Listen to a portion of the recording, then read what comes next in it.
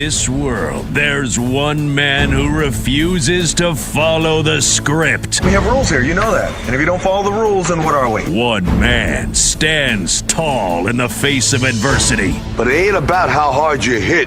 It's about how hard you can get hit and keep moving forward. A man who rises above the ashes of hot takes. What do you care what they say? Easy for you to say they will love you. It's just noise, man. You're really good at it. You might be great. That man is Nick Kostos. And this is You Better You Bet. If loving sports is wrong, I don't want to be right. Where narratives are challenged and the truth is spoken. I told you what was going to happen last week. If you didn't listen, that's on you. This isn't talk, it's perspective. It's not what you look at that matters. It's what you see. This is You Better You Bet, presented by BetMGM on Westwood One Sports. What's up, everybody? Happy and merry, tremendous Sports Thursday to you and yours. This is You Better You Bet with Nick Kostos on Westwood One Sports, as we bring you the fastest show in all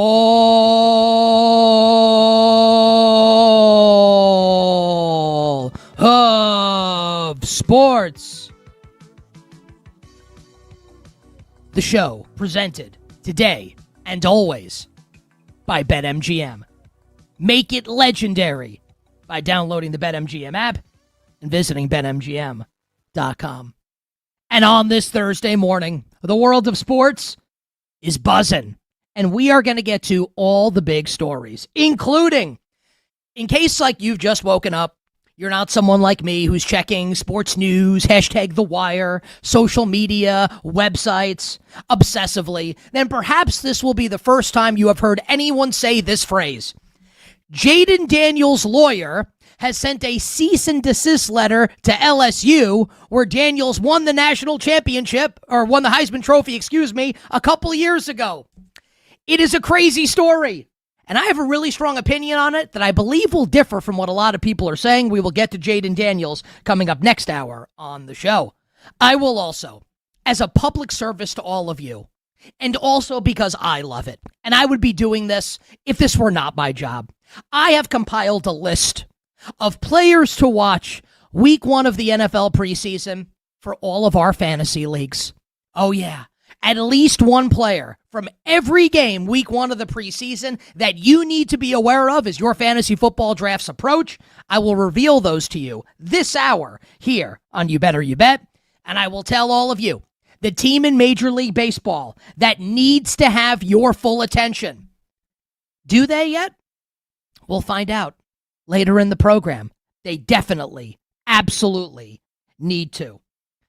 Our bets for tonight will close the show after a 3-0 last night for your boy, betting Major League Baseball. Shout out to my New York Yankees beating the Seattle Mariners. Shout out to the Toronto Blue Jays, a 5-run eighth to cruise past the Red Sox. 5 straight losses now for the Red Sox after Boston rattled off 27 wins in 30 games. And the Cleveland Guardians getting past the Tigers in Detroit. 3-0 yesterday. One baseball bet today, and a bunch of bets for tonight in the NFL preseason. I can't wait to share them with you. I will give you that and the rationale behind all the bets at the end of the show, in the Power Hour, in the final hour. The phone number, 310-840-4910, 310-840-4910. We are on YouTube, youtube.com/@thekostos, and you can follow me, your boy, Nick Kostos, on all social media platforms, @thekostos, TheKostos. But we officially begin the tremendous Sports Thursday edition of You Better You Bet. Football.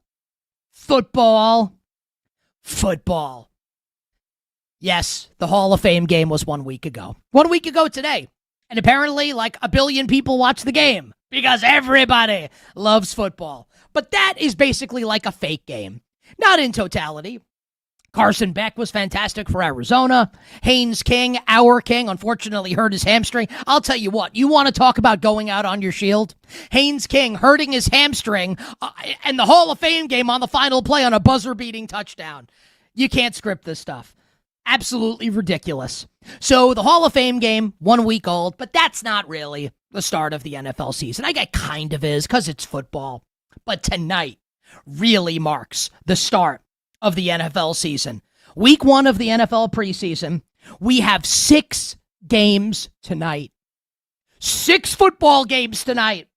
And it is absolutely glorious. Absolutely the best. And again, we'll roll through fantasy football, players to watch. I can't wait to do that because I think there are a lot of interesting players. And again, at least one, sometimes multiple, from every single game. But what I want to do here to start the show on this Thursday, to get me and all of you ready for week 1 of the preseason, I'm going to hit some of the biggest storylines. I've got 3 emanating from tonight's games and 2 over the course of the weekend once we get past tonight. And I actually want to start with those 2 from this weekend. I'm off tomorrow, and people are like, oh, Nick's off again. Just trust me. Once we get past Labor Day, you're going to wish I could take days off. I'm going to be here 25 hours a day, 7 days a week. It's going to be awesome. Will it? My wife won't think so. I'm going to enjoy myself, though. So the 2 storylines, once we get past tonight in the National Football League, week 1 of the preseason, are the 2 remaining quarterback competitions. And I put competition in air quotes. We know the quarterback, quote-unquote, competition, air quotes, in Minnesota is over. Kyler Murray will be the starting quarterback of the Minnesota Vikings. J.J. McCarthy, to his credit, did speak to the media yesterday, addressed the media in Minnesota at a press conference, and said all the right things. I want to stay in Minnesota. I love this fan base. I'm disappointed with the decision, but it's out of my control. All I can control is what I do moving forward, which is like, and I'm not insinuating he did this, he seems to just be this sort of dude, like ask Gemini, hey, I'm a quarterback, I've been benched, how do I address this with the media? And that's what AI would have said. It's a great job by J.J. McCarthy. But in any event, Kyler Murray is the starting quarterback in Minnesota, leaving us 2 quarterback competitions that are still unresolved, even if I think we have a very good idea of who will win these supposed competitions. Again, competitions in air quotes. We will go to tomorrow night with the Atlanta Falcons, where Michael Penix Jr., as we've told you for quite some time, is going to be out for another 3 weeks likely? Tomorrow night, the Falcons will host the Denver Broncos in the preseason, and Tua Tagovailoa will get the start for Atlanta. I do find it a little curious, and I mean that, just a little curious, not a lot, a little curious, that Tua Tagovailoa has not yet been named the starting quarterback week 1, when the Falcons will travel to Pittsburgh Sunday, September 13th to play Aaron Rodgers, Mike McCarthy, and the Steelers. We'll get to them in a little bit. The Tua Tagovailoa has not yet been named Atlanta's starting quarterback. And yes, I do think Tua is a better fit in the Kevin Stefanski scheme than Michael Penix. But I think the real reason why I'm surprised, Penix isn't even going to be cleared for another 3 weeks. And that puts it pretty close to the start of the season. I can't imagine the series of events that would need to unfold for Tua not to be the starting quarterback week 1 for the Atlanta Falcons. Now, if he gets hurt, that's a different story, right? Then it'll be Jack Strand, Cooper Rush, or Michael Penix Jr., likely Penix, if he's going to be ready to go. But if Tua's healthy, how is he not the week 1 starting quarterback for Atlanta? So I'm fascinated to see how Tua performs. Likely won't be a long stay in the game against the Denver Broncos. But, as long as Tua treads water, as long as he plays even average to slightly below average football, I think the only way Tua puts his job on the line is if he Nathan Petermans this, goes 1 for 6 with 4 interceptions, 3 return for touchdowns in the first half of this preseason game. That's the only way it happens. So I'm watching to see how Tua Tagovailoa performs in what's likely to be limited action, and if and when Kevin Stefanski names Tua Tagovailoa his starting quarterback for week 1 after the game, at some point this weekend, or early next week prior to Atlanta's second preseason game. And the second quarterback competition, and competition once again in air quotes, we will get to see play out on Saturday, where the Cleveland Browns visit the Bears in Chicago.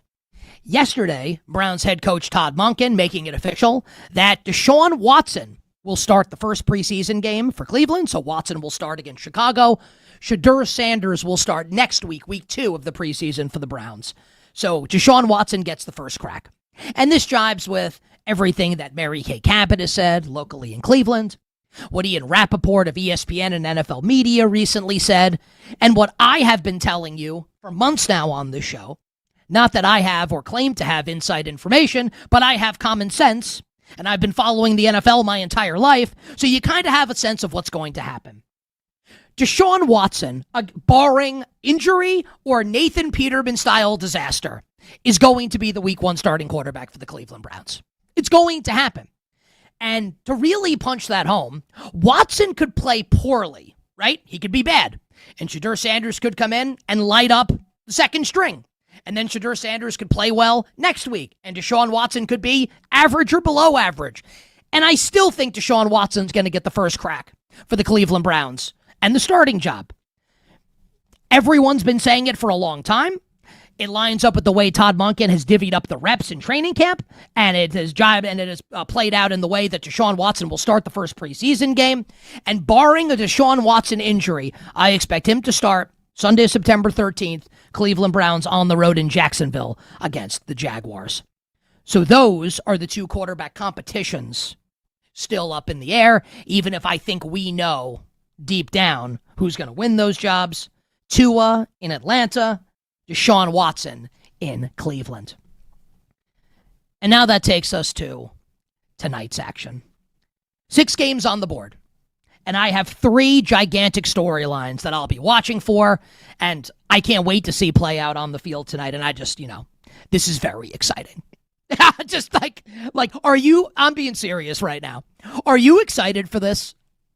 Are you excited tonight to overdose on preseason football? Because I am. Because when you love the National Football League like I do, like you do, you play fantasy football like we all do, you love to bet on games, bet on season-long stuff, this is the start of all of it. There's going to be a million things to talk about this weekend and to start next week off of this. It's just absolutely the best. My 3 favorite storylines.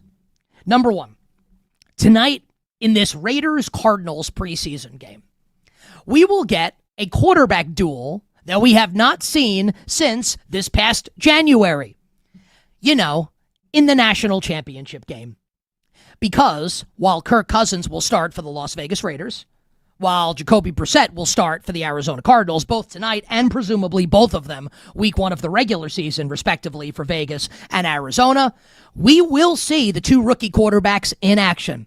Again, for the first time against each other since the national championship game this past January, where Fernando Mendoza and Indiana beat Carson Beck and Miami. So we're going to see tonight Fernando Mendoza make his NFL debut, as much as a preseason debut can be an NFL debut. And Mendoza's apparently going to play quite a bit tonight for the Raiders, per head coach Clint Kubiak. Pretty good source.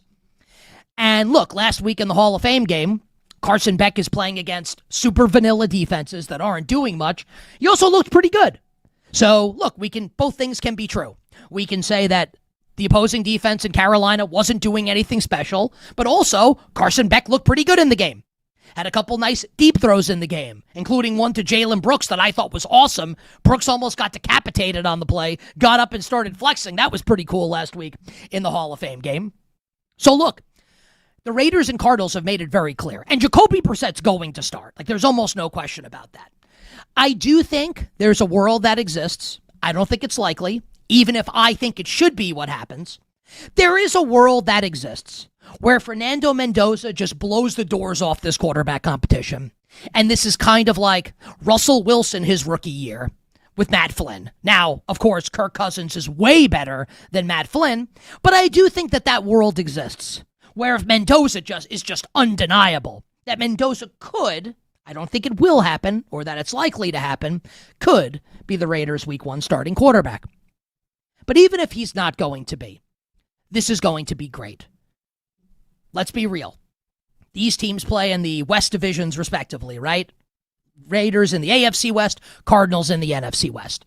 Even if you out there watching or listening wanted to build a case that and to be fair, I think Arizona is better than a lot of people do. I think the Raiders might be a little better than a lot of people do. But even if you wanted to build a bull case for either one of these teams, the fact is this. There is almost, barring injury, no scenario that exists where they don't finish last place in their own division. The Raiders have 3 absolute monsters in their division, right? With Patrick Mahomes and the Chiefs. The reigning 1 seed in the AFC, the Denver Broncos, Jim Harbaugh, Mike McDaniel, and the LA Chargers. And then there's the Arizona Cardinals, who are the epitome of that meme with the 4 dragon heads. 3 of them are fearsome, and the other one looks like it's just, drank a bottle of moonshine. Arizona in the same division with the LA Rams, the Seattle Seahawks, and Kyle Shanahan and the San Francisco 49ers. So even while it's fair to say, even if I don't agree with it, that Mendoza and Beck are not going to play early this year, let's use our noggins, right? If neither team's going to be in playoff contention, and I don't think they can be, given the divisions they play in, then we are going to see both these quarterbacks play likely extensively this year. For Beck, maybe it's not until the final couple months of the season, but look, what do you think the over-under on Carson Beck regular season starts this year should be? 5.5? I think all 3 Cardinals quarterbacks will play this year. I think Brissett will start the year, obviously. We'll probably see a Gardner Minshew game or 2. And then at the end of the year, they're going to turn it over to Carson Beck. Because the Cardinals need to see what they have in Beck to determine if they're going to take a quarterback at the top of next year's draft. So we are going to see Carson Beck. And the only scenario in which, barring injury, Kirk Cousins plays all 17 games for the Raiders, it means the Raiders are in playoff contention.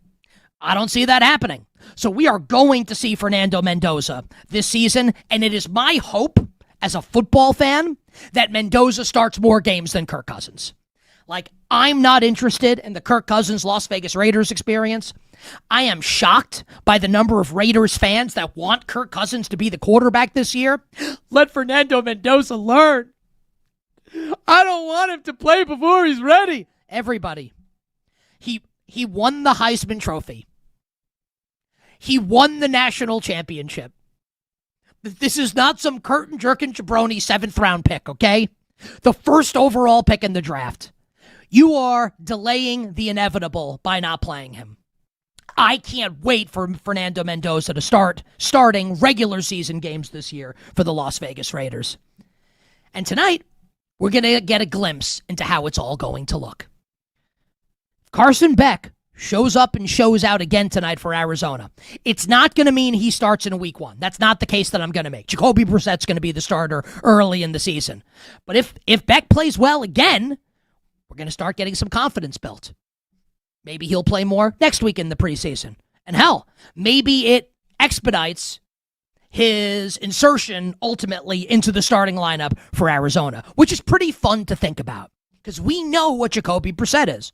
We know what Gardner Minshew is. What if Carson Beck's awesome? And maybe he won't be. But what if he is? We'll get an indication tonight. And my strong sense is Fernando Mendoza is going to rip up the Arizona Cardinals defense. Fernando Mendoza, in any draft. Now, look, you put him maybe in the Caleb Williams draft. Maybe he doesn't go first overall. Maybe he doesn't go second. Maybe he doesn't go third with Daniels and Drake May. We don't get drafts like that terribly often. Fernando Mendoza, in most NFL drafts, the vast majority of NFL drafts, and look, you could throw out Andrew Luck. You could throw out Peyton Manning. Of course, there are drafts maybe with Trevor Lawrence where he wouldn't have gone first overall. But in any draft, Fernando Mendoza would be worthy of at least consideration of being the number 1 overall pick, not just the first quarterback selected. I think people, based on the way we are talking about Kirk Cousins to start this year, have kind of forgotten just how badass Fernando Mendoza is. And the fact that Fernando Mendoza is a big son of a bitch with a cannon arm and great athleticism, and I call him Chat QB. Not Chat GPT, Chat QB.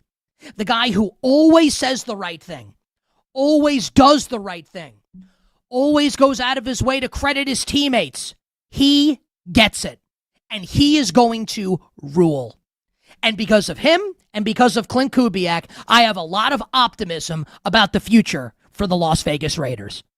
Maybe not manifesting itself in terms of wins and losses this year and this season, but certainly down the line. And tonight, we get our first glimpse into that silver and black future. Fernando Mendoza, starting quarterback of the Las Vegas Raiders. Pride and poise, commitment to excellence. Just play the kid, baby. Can't wait for the Raiders and the Cardinals tonight on Thursday night, August 13th. Oh, we're just getting started. Tremendous sports, tremendous football Thursday edition here. You better, you bet. Westwood One Sports, Nick Kostos and you, presented by BetMGM. Coming up on the other side. Are you all ready? Are you ready tonight to see Aaron Rodgers and Mike McCarthy wearing Steelers colors against the Green Bay Packers? Going to be a little weird. And I will tell all of you, the quarterback starting tonight that is auditioning to potentially be the backup quarterback for your favorite team. That and more coming up next here on You Better You Bet.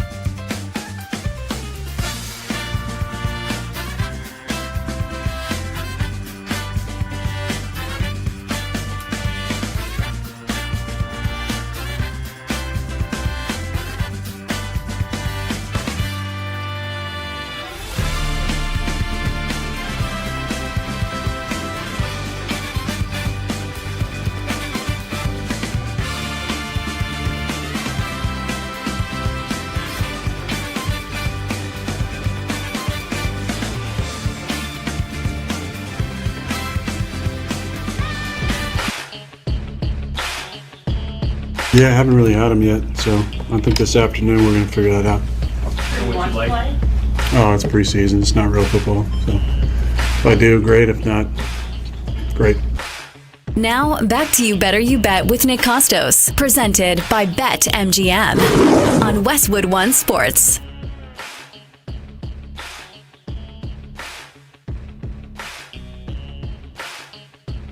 This segment on You Better You Bet, sponsored by Progressive Commercial Insurance, protecting small businesses with affordable coverage options. Get a quote today at progressivecommercial.com.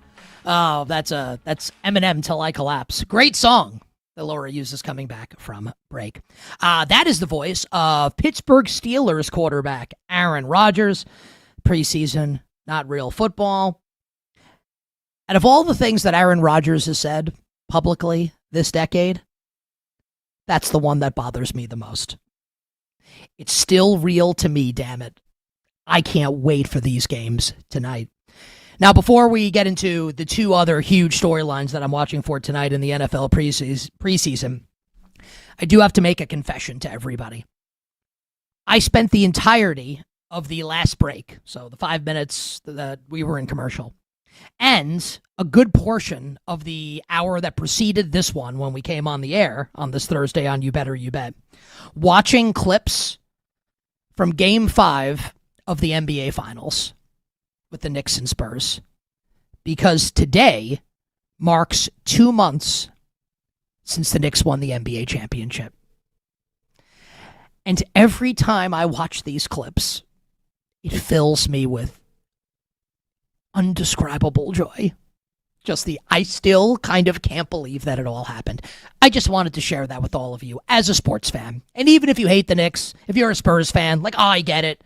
I hope you can appreciate just the diehard sports fan that I am and that other Knicks fans are, just reveling in this moment. So that was great. 5 minutes of Victor Wembanyama missing a three-pointer at the end of the game with the Knicks sub 4 and the Knicks celebrating. Just absolutely the best. And it's also the best that football's back in our lives. Week 1 of the preseason tonight. The second storyline that I want to hit out of 3. The first ended last segment, and it's Mendoza and Beck going head-to-head. Cardinals-Raiders. We saw that in the national championship game, obviously. Just a little bit higher stakes this past January. Indiana beating Miami. That storyline, the second one, does center around Aaron Rodgers and Mike McCarthy. It is going to be a little jarring. Now, not that jarring because Rodgers did play against the Packers last year. So, we have seen it. We saw it, right? And Mike McCarthy has obviously gone head-to-head against the Packers, most famously in a playoff game a couple years ago where Jordan Love and the Packers lit Dan Quinn's defense on fire, and Green Bay destroyed Dallas in that game. I laid 7 with Dallas, not my finest betting moments.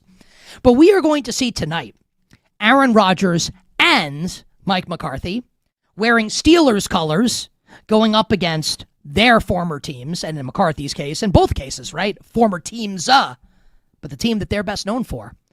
A team that they won a Super Bowl with together. Super Bowl 45, when the Packers beat the Pittsburgh Steelers and Mike Tomlin in Dallas. So in Steelers colors, going up against the Green Bay Packers. It is going to be strange on a few levels. Not just because we associate both of them with Green Bay, but also because I still can't believe that this is actually happening. As the offseason has gone on, I have cooled my jets on the Cincinnati Bengals. I don't like the Bengals defense. I don't like the Bengals coaching staff. I don't like Zach Taylor. I don't like Al. You're so golden. Shout out to Harry Styles. And the Browns are going to start Deshaun Watson. I believe I said a combination of start and Sean there, which I think appropriately sums up the state of the Cleveland Browns quarterback situation. The Browns are probably going to come in last in the division, right? But given that I don't like Cincinnati this year, I think the Steelers could potentially come in second in the AFC North. I think that's within the realm of possibility. But they ain't making the playoffs. No way. I've said it all offseason. Do you understand that 8 years ago, we're almost a full decade ago, Mike McCarthy got fired in season by the Green Bay Packers.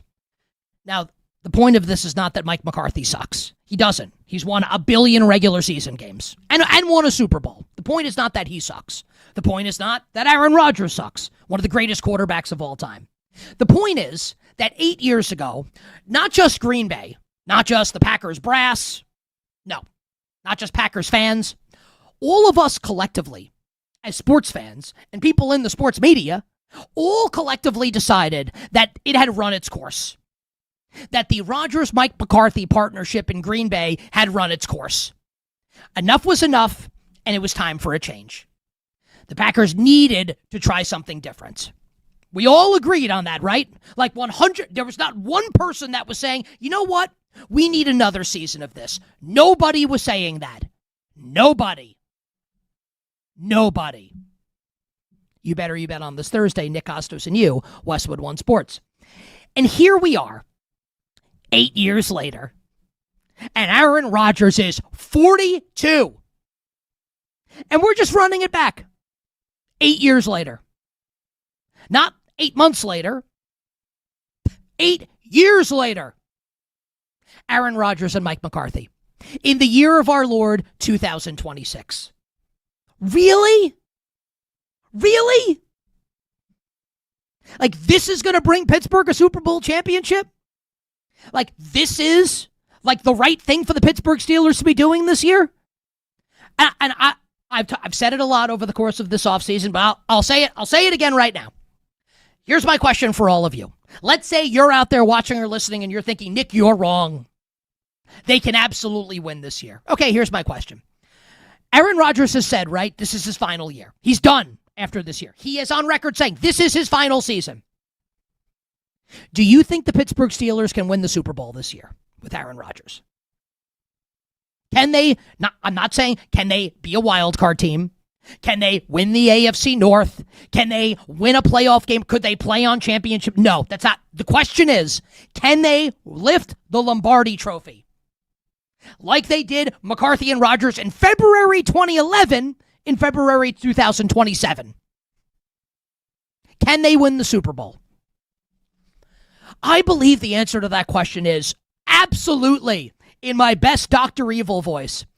How about no? So what's the point? What's the point? What's the point? The Steelers need to get on with it and get their quarterback of the future, unless you think it's Drew Aller or Will Howard. And we'll get to them coming up in a little bit when we talk about storylines to watch in all of the games this weekend in the NFL preseason. What's the point? Because the Steelers are going to go probably like 7-10, 8-9, 9-8, maybe 10-7. I don't think they will, but they could. It's possible. McCarthy and Rodgers they don't stink. I just don't think they're a championship duo in 2026. And then great, you pick like 21st overall in the draft, in a loaded quarterback draft where everyone's going to be taking passers at the top. And you're going to remain in purgatory. Unless, again, you think that Drew Aller or Will Howard is the answer. Like, I don't get it. And I like Mike McCarthy. I dealt with him quite a bit, actually, in another lifetime when I was a producer at SiriusXM NFL Radio. He's a great guy. Everyone that deals with him tells you what a nice guy he is. And I happen to like Aaron Rodgers. I love that he's reunited with his family. I used to work with his brother Luke at CBS. I think it's great that all of this has happened. He's one of my favorite football players ever. I don't have anything against either of them. I just don't think it's going to work. And it's going to be, whether you think it's going to work or not, and you shouldn't, because it's not going to. Isn't it going to be weird tonight? At the very least. Isn't it going to be weird to see Rodgers and McCarthy in Steelers colors going up against the Green Bay Packers? No, I think you'd have to agree. The third and final big storyline from tonight in the NFL preseason. Last chance saloon for Anthony Richardson as a quarterback for the Indianapolis Colts. So Anthony Richardson is going to start tonight. Drake May is not expected to play. Colts Patriots. This is not exactly Peyton Manning versus Tom Brady. That's not what this is going to be. Anthony Richardson is going to start for Indianapolis.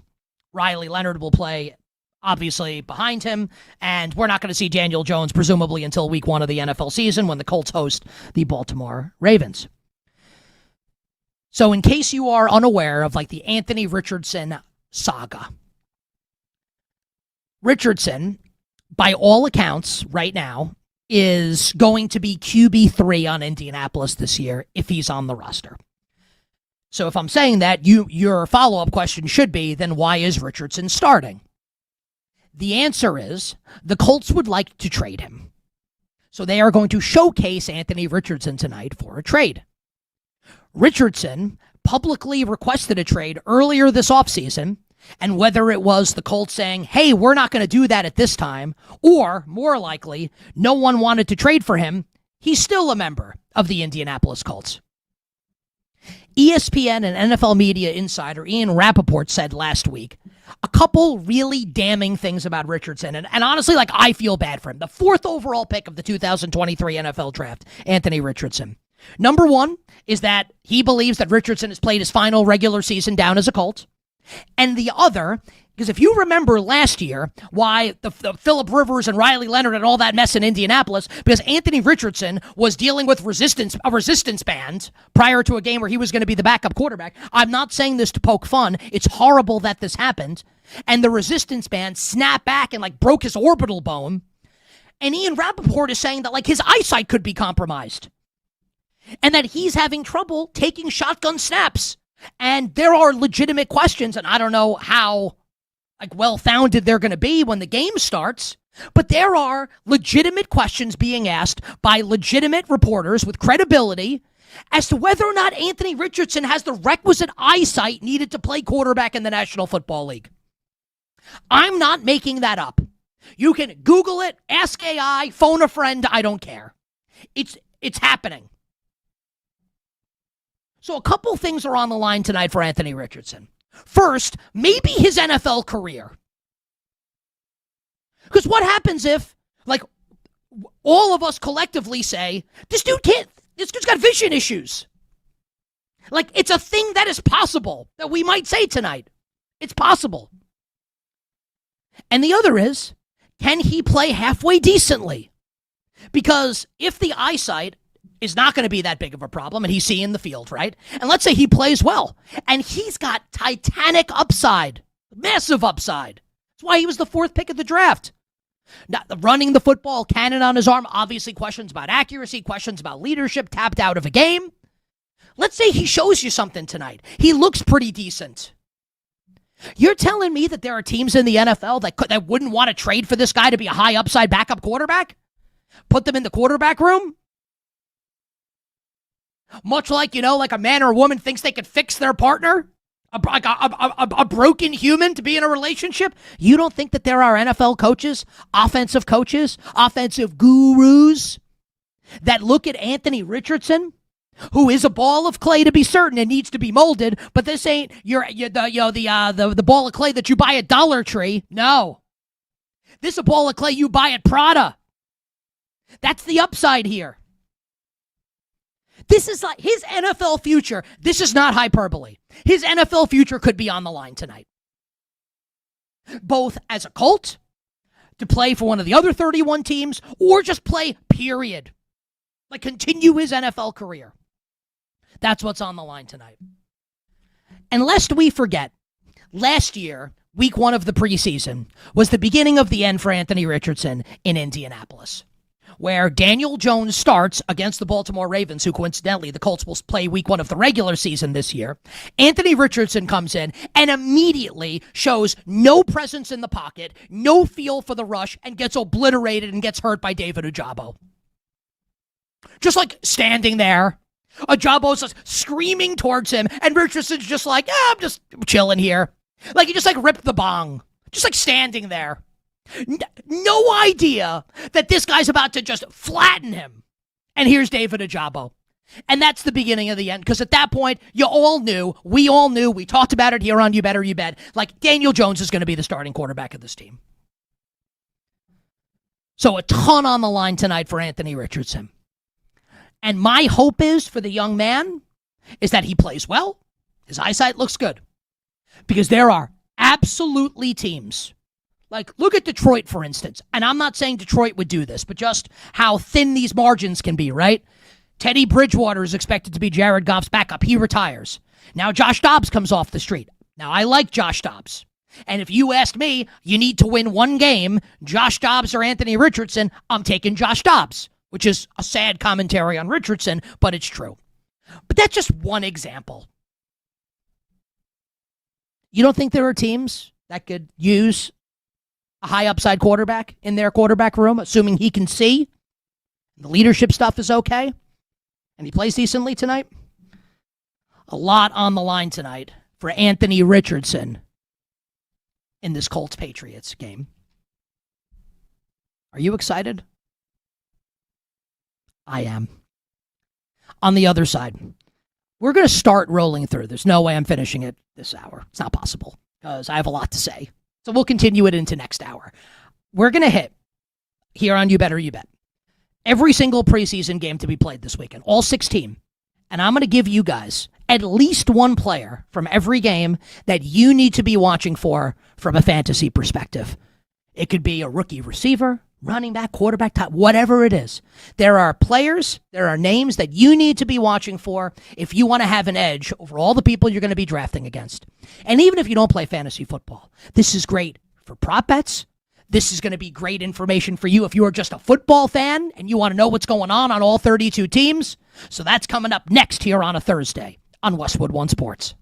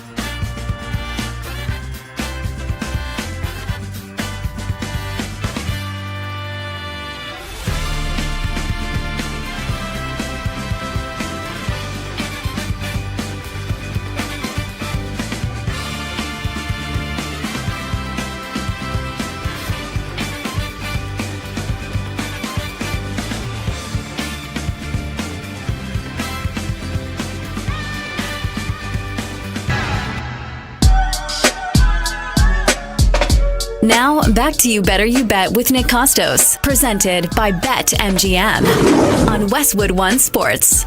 Did your home run bet come up short? I want to give a shout out to You Better You Bet superfan Adam F., who messaged me yesterday that he hadn't bet Shohei Ohtani did a homer a couple nights ago, or he did bet Shohei a couple nights ago, didn't homer, and guaranteed that Shohei would homer last night as a result. And Shohei Ohtani, of course, did homer last night. Freddie Freeman, almost really hurt himself falling into the dugout. By the way, we'll get to this later in the show. Very, very important 4-game weekend set starting tonight in LA with the Dodgers and the Brewers in Los Angeles. Brewers coming off getting swept by the San Diego Padres. Padres winning in extras yesterday. So a huge weekend set in the National League with the Dodgers and the Brewers. Anyway, now we'll tell you about our show sponsor. Did your home run bet come up short? Thanks to today's MLB No Sweat Home Run Token, you don't have to worry if your bet didn't clear the fences. Just activate the token when you bet on any player to hit a home run, and if that player fails to go yard, you'll get your stake back in bonus bets. Download the BetMGM app today, and please gamble responsibly. Our friend Pat Boyle, our teammate here on Westwood One Sports, host of BetMGM Tonight. Pat Boyle will join us to start next hour. ESPN sports betting analyst and host Joe Fortenbaugh in the final hour, power hour of the show. But for right now, players that you should be watching for fantasy, for real life, etc., in every single preseason game. Let's begin. The Lions and the Bengals, where Joe Burrow is going to play a little bit for Cincinnati, so the Bengals starters will get a little bit of action. We know that the Lions are basically not going to play any of their big names. So what I'm watching for tonight for Cincinnati is going to be when they come out on offense. And I don't think they're going to be showing you a ton here, but there have been reports that Cincy is going to incorporate more under center stuff into its offense. And if you think about what the Joe Burrow offense has primarily been, right? He's always out of the shotgun. It's how he prefers to play. Burrow does not like to turn his back to the defense. That's not me speculating. This is on, people are on record saying this. So I'm curious, do we get any under center action from Joe Burrow and the Bengals offense tonight when Joe Burrow is in the game? I think that's going to be interesting to monitor ahead of the Bengals season opener, Sunday, September 13th at home against Baker Mayfield and the Tampa Bay Buccaneers. For the Detroit Lions, Khalif Raymond, whom everybody loves, is now in Chicago with the Bears, leaving an opening for their third receiver spot. And yeah, like the Lions funnel all their targets and the football only goes to a couple guys, which is great for fantasy. Also, the Lions have an easy schedule. They play in a dome, and their defense is not good. So Detroit's offense is just going to explode this year. They're going to score a ton of points, could lead the league in touchdowns, and fantasy-wise, you're going to want to have Lions. Oh my. Gibbs could be the first overall pick. Amon-Ra's a first-round pick. Jameson Williams is a stud. I think Sam Laporta is going to beast this season. Think about new Lions offensive coordinator Drew Petzing, what he did in Arizona with Trey McBride. Petzing's a Kevin Stefanski guy. Think about the way Stefanski has used tight ends over the years. David Njoku, last year Harold Fannin. It's why I'm excited for Kyle Pitts this season in Atlanta. So I love me some Sam Laporta. If you're a Lions fan, you love fantasy football, there's a name that you should be rooting for to play well tonight. That name, and some of you may hate this guy just based on his last name, depending on where you lean politically, that is Isaac Tesla, who's the physical freak, size-speed combo. Detroit traded up to get him last year in the NFL draft, and he flashed at points last year. And Tesla was really interesting because he was one of these guys that would either make an insane highlight reel catch or no catch at all. It was basically no in between. Now, there are reports from Lions camp that Tesla has kind of failed to put distance between him and anyone else who's competing for the Lions' third receiver job. I'd like to see Isaac Tesla play well tonight for the Detroit Lions. For the Packers and the Steelers, how about Matthew Golden for Green Bay? Because we know what we get with Christian Watson. And I don't know how much Golden's going to play in the game, but I'd like for him to play a little bit. We know what we're going to get with Christian Watson if healthy. We know what we're going to get Jaden Reed if healthy. Matthew Golden, last year's first-round pick of the Green Bay Packers, who, by all accounts, including mine, not great last year as a rookie. He's going to start, and he's going to be in the Romeo Dobbs role. And that means he's probably going to get a ton of targets. Not just down the field, where Matthew Golden has been a deep shot specialist. No. I think there's going to be a lot of intermediate stuff for Golden as well. And we'll find out in this preseason, and obviously once the games start as well, if Matthew Golden is up to the task. And if he is, he could have a very good season for the Packers and for your fantasy football team. Give you a Steelers storyline and more coming up next hour on the show. Hour 1 done. Hour 2 for you coming up on the other side. We will start the hour with our friend, Pat Boyle.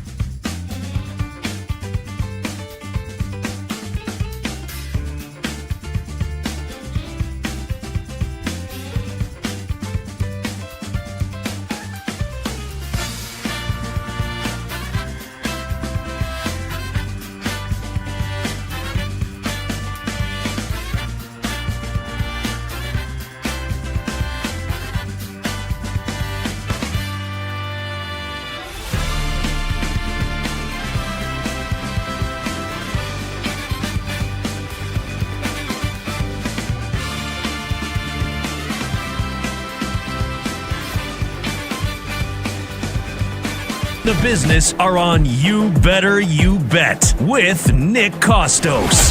Hey, this is Joe Buck, and you have done it. You have found it. You are listening to You Better You Bet. Great decision. This is Bob Costas, not Kostos, but you are listening to Nick Kostos on You Better You Bet. Hi, this is Kevin Harlan of CBS, Westwood One, and TNT, and I'm listening as you do every day to You Better You Bet with the most handsome single man in the radio business. A man who, if I was not married for 38 years, I might consider myself the kind of guy that can electrify a listening audience and a crowd of bystanders watching him do what he does so well each and every day. Continue to listen right here on You Better You Bet. This is You Better You Bet on Westwood One Sports, brought to you by BetMGM. The tremendous Sports Thursday edition of You Better You Bet rolls on. Nick Kostos, our crew, and you here on Westwood One Sports. Oh, baby. First hour of the show. Football, football, football. All the big storylines I'm watching for week one of the NFL preseason. 6 games tonight, 16 over the course of the weekend. What a time to be alive. The 2 quarterback competitions, of course, in air quotes, that are still going on. I'm expecting Deshaun Watson to be named the starting quarterback of the Cleveland Browns. Week 1, Sunday, September 13th, Browns and the Jaguars. And I'm expecting Tua Tagovailoa to be named the starting quarterback of the Atlanta Falcons. Falcons at the Steelers, Week 1, Sunday, September 13th. Those announcements have not yet been made. I think both could be made. Well, the Browns one won't be made until after Shedeur starts the second preseason game, but I expect both those announcements to be made in the next couple weeks, barring those quarterbacks falling absolutely flat on their faces, Nathan Peterman style, this week, Week 1 of the NFL preseason. We got into why tonight is a critical game, not just this season for Anthony Richardson, not just for the Indianapolis career of Anthony Richardson, but potentially the NFL career of Anthony Richardson, potentially on the line tonight when he starts for the Colts against the Patriots. Questions about his eyesight being compromised, his leadership. Does he have the requisite skill set to play and thrive and succeed in the National Football League? If Richardson plays well tonight and the eyesight does not look compromised, I think you will see a team trade for Anthony Richardson sometime next week, and he will be on another team before week 2 of the NFL preseason. Got into why it's going to be very strange to see Aaron Rodgers and Mike McCarthy in Steelers garb going up against the Green Bay Packers tonight, and why I don't think 8 years later Rodgers and McCarthy will succeed as a duo after they were split up in 2018. And I can't wait for Raiders-Cardinals. We last saw Fernando Mendoza v. Carson Beck in January in the national championship game. We will see both of them tonight, and I think we will see both quite a bit come this regular season. Coming up about 20 minutes from now, we will get back to the players I'm watching out for fantasy-wise, week 1 of the preseason, and the fun storylines that I'll be looking at in all of these games. So that's coming up in about 20 minutes. But joining us right now to kick off hour number 2 on this tremendous Sports Thursday, one of our teammates here on Westwood One Sports, co-host of BetMGM Tonight, along with friend of the program, Brad Evans, weeknight 6 to 11 p.m. Eastern, here on Westwood One Sports, the very talented Pat Boyle on Twitter at PatBoyle44. Pat, welcome back to the show. How's it going, my friend? Nick, it's going great, brother. Hope you're having a good summer. I'll tell you what, I love that intro with Harlan saying that he's basically got the hots for you. I don't know if it's the full sleeve tattoo. I don't know if it's because you're going like Chalamet style with the shaved head. I like you. You look like a UFC fighter, but it's good to be here with you, man. I have to tell you, man, I want that soundbite to just play every room I walk into that I look like a you, because I promise you, if you saw me in real life, you would not be saying that. But I do appreciate that. Listen, summer's almost over. We follow each other on Instagram, so I know you've been on a couple of vacations. How has Pat Boyle's summer been outside of the work you've been doing on Westwood One Sports? It's been good, man. I mean, honestly, I don't think I could have kicked off the summer with more of a bang, which could have been a nightmare. Me and my girlfriend went to Spain for a wedding. We were there for 10 days. She was the maid of honor. We flew out Sunday, June 14th. You and I both diehard Knicks fans. I'm sure you'll remember. They won the 13th. It was 2 months ago today. Was the night before. And so that whole week on my show with Brad, I'm basically like, dude, I hope the Knicks close this out. Like once they lost game 3, I was like, they're screwed. I'm gonna have to find some kind of pub or some kind of club in Spain. And then down by 100, obviously, early in game 4 before the comeback. Exactly, and that was it. I was like, well, that my fate's sealed. I'm going to be off my show because we had this plan a year in advance, and I, Brad and I got some other people like, oh, dude, just skip it, skip a 10-day freaking trip to Europe and Spain. I don't. Yes, and I'm a diehard fan, and you want me to throw like $1,500 out the window on the freaking flight that I paid for and the hotel that I paid for and all the other stuff? Absolutely not. Also, would it be the end of your relationship as well? Assuming you care about it, which I'm guessing you do. I do. I do happen to care about it a little bit. But and when they closed out game 5, I was like, that's it. Like perfect start to the summer. Knicks win the title. I can go and just get absolutely hammered every single day in Spain. And it was awesome. So that not only feels like a long time ago, it also does kind of feel like yesterday, but that was the beginning of the summer. And then, spent a couple of weeks down at the Jersey Shore. So, I mean, it's been good, man. It's been awesome. Why did you feel the need to throw in a little bit when you were saying that you care about your relationship? Like you couldn't go full Monty and be like, yes, I care. You'd be like, I care a little bit. Why did you feel the need to squeak that one in there? I don't know. We got to bust some balls. Or I guess. Well, whose balls are you busting here? Not mine. No, my girlfriend's non-existing ones. So do you actually mean that, or do you actually care? You can be honest. Yes. No, I care. So more than a little bit. Yes. How long have you guys been together? Almost 2 years. Almost 2 years, and I'll never. Do you live together? We do, and believe it or not, we haven't chatted much. Believe it or not, I'm in the city of brotherly love, man. I moved down the Turnpike. You moved to you moved to Philly. So why do you say a little bit? Why do you do that? Because I'm a jackass. Okay, so I appreciate you saying that. When can we look forward to the Boyle engagement / nuptials? Well, I kind of laid it out there, right out in the open and said, look, I feel like it's it'd be a pretty good test run, right? Let's take a test drive for like a year. Let's live together for a year and see how that goes. And then probably shortly after that. So that was we moved in together in April. What has been because look, I've only lived with one woman, it's my wife. Then we moved together in 2020. So I've lived with my wife for 6 years now. We moved in together during COVID. What has been, and anyone that has moved in with their significant other will commiserate with whatever the answer is. We've all experienced it. What has been the toughest thing for you living with your significant other? I think it's the schedule. Because she works from home, and I do the show here in the office.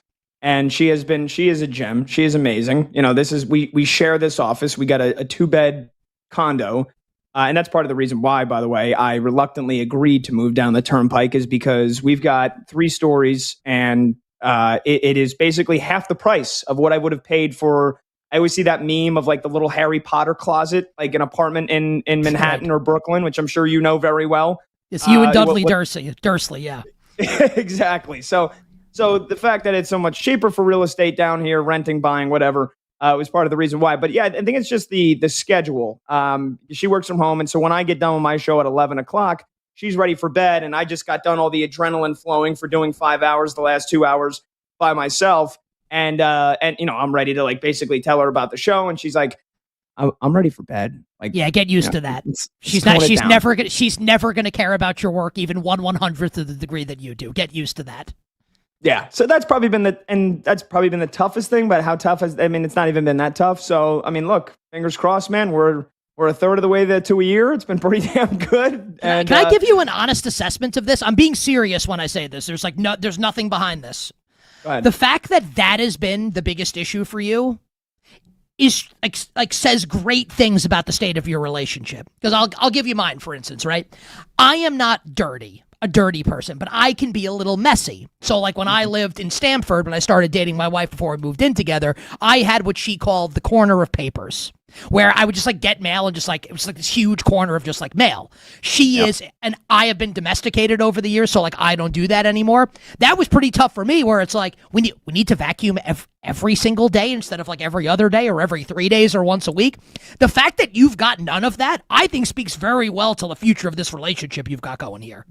Oh well, I mean, if you want to open up the can of worms, yes, I get. Well, I did ask the criticized. question. I did ask the question, so yes, I would like to open the can of worms. I get criticized almost on a weekly basis about the mail, and just go through the mail, throw the mail out, stop keeping mail for 2 weeks that you're not going to open, throw out the mail. Other than that, I'm actually the cleaner one. She's the one that tends to be messy. That's okay. That's usually how it works in a relationship. Usually you don't have two clean people or two messy people. There's usually a yin and a yang. Yeah. I mean, to the point where it's like, I was like, how many, just when you're done drinking, the tea at night that you drink, maybe just put the mug in the sink, right? Like, not that hard. Just take the mug and bring it to the sink. Yeah. Little things like that. But yeah, I think overall so far, if those are the biggest issues, I think it's going pretty well. And let me tell you something, my man. When eventually, if it ever happens that you put the ring on her finger, you get engaged, you get married, all of these issues, the moment that ring goes on the finger, get exponentially magnified. So you can look forward to that, my friend, but I'm happy things are going great. All right, let's talk some sports, because this is a sports show. Week 1 of the preseason starts tonight. Give me a storyline or a couple storylines, things that you're looking forward to this weekend.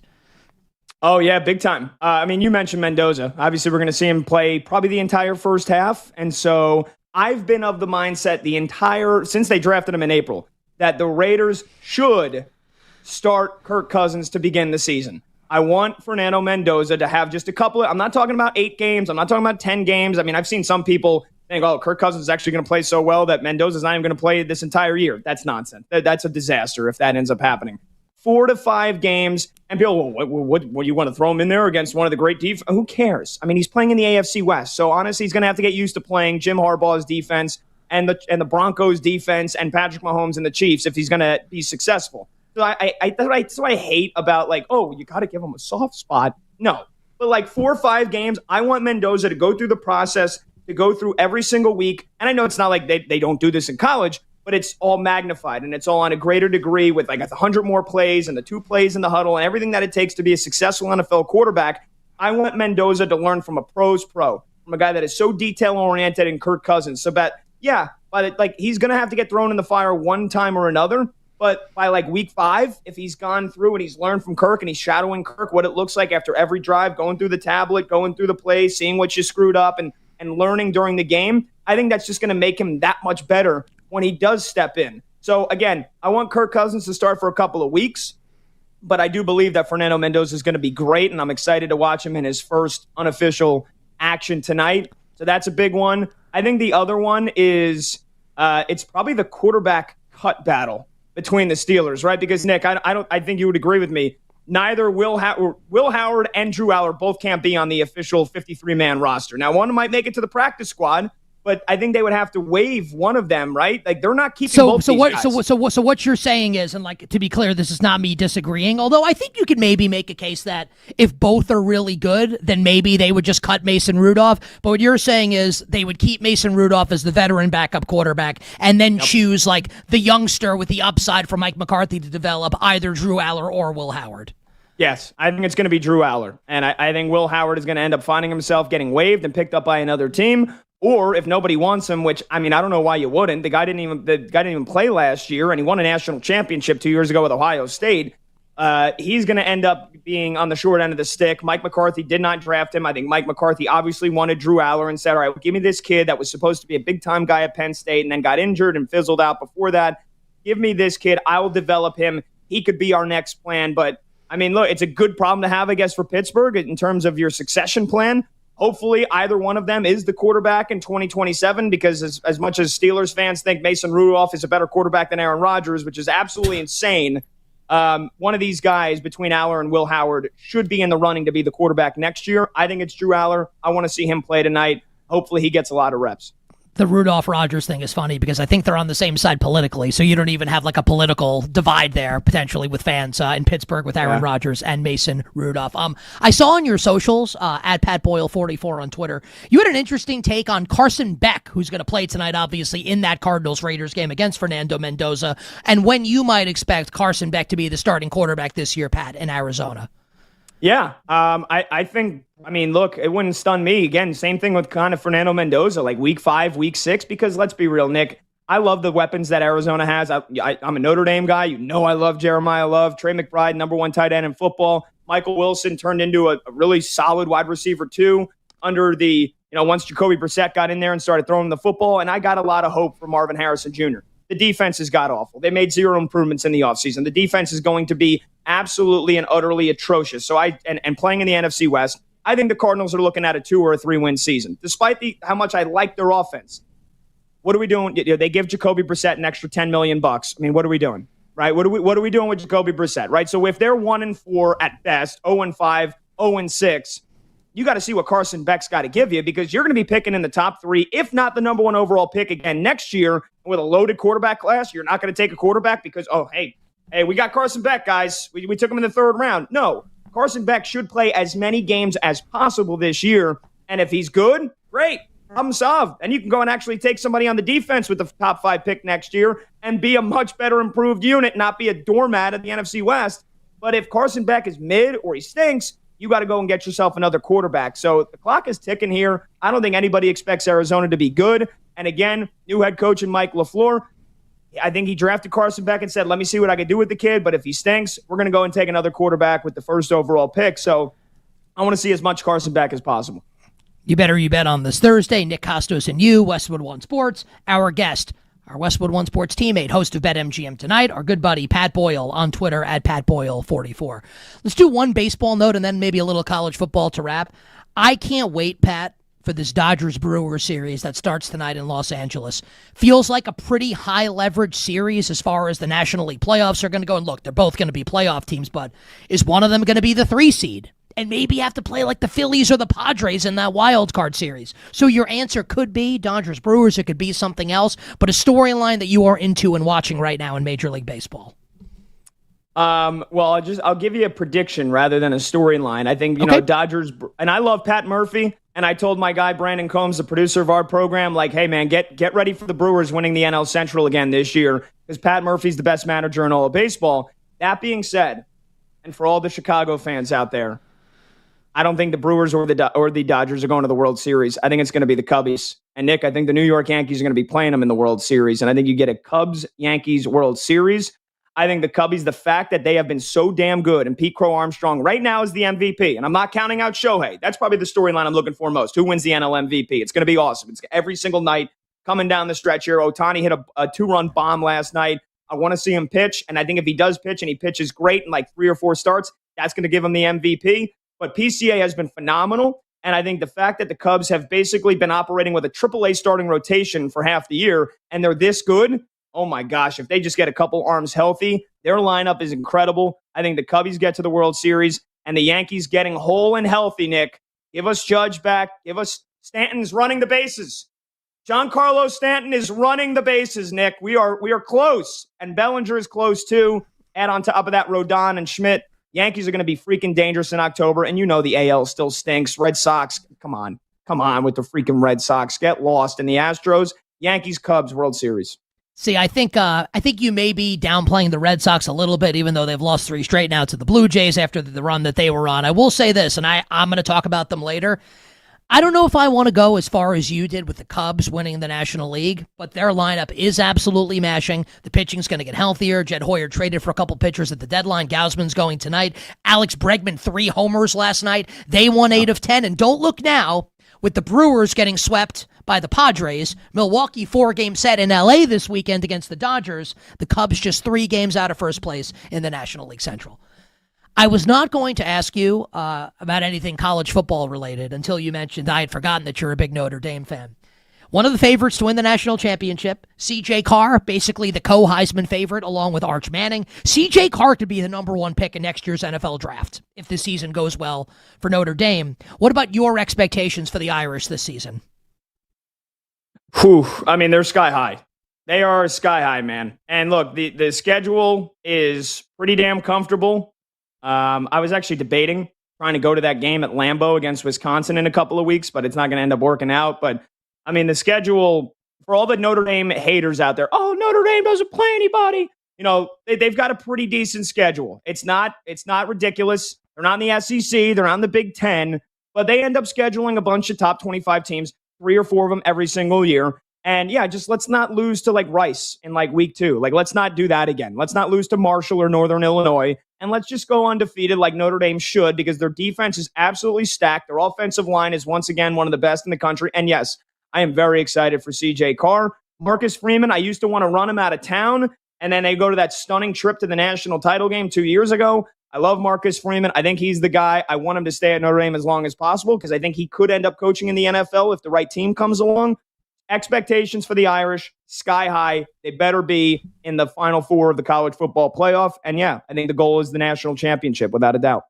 What's the best thing you ate in your 10-day trip to Spain? 10-day trip. I mean, it had to be a gigantic thing of paella, right? I mean, come on. And I'll eat any. And by the way, I was eating anchovies with the head and the spine and everything. Dude, anchovies are great. I'm with you on anchovies. Loving anchovies. They really are. But yeah, I mean, the giant bowl of the paella with the. And I'm not a big lobster or prawns guy. I don't like having to work too hard to eat my food, Nick. Like, I love seafood, but just crack the head.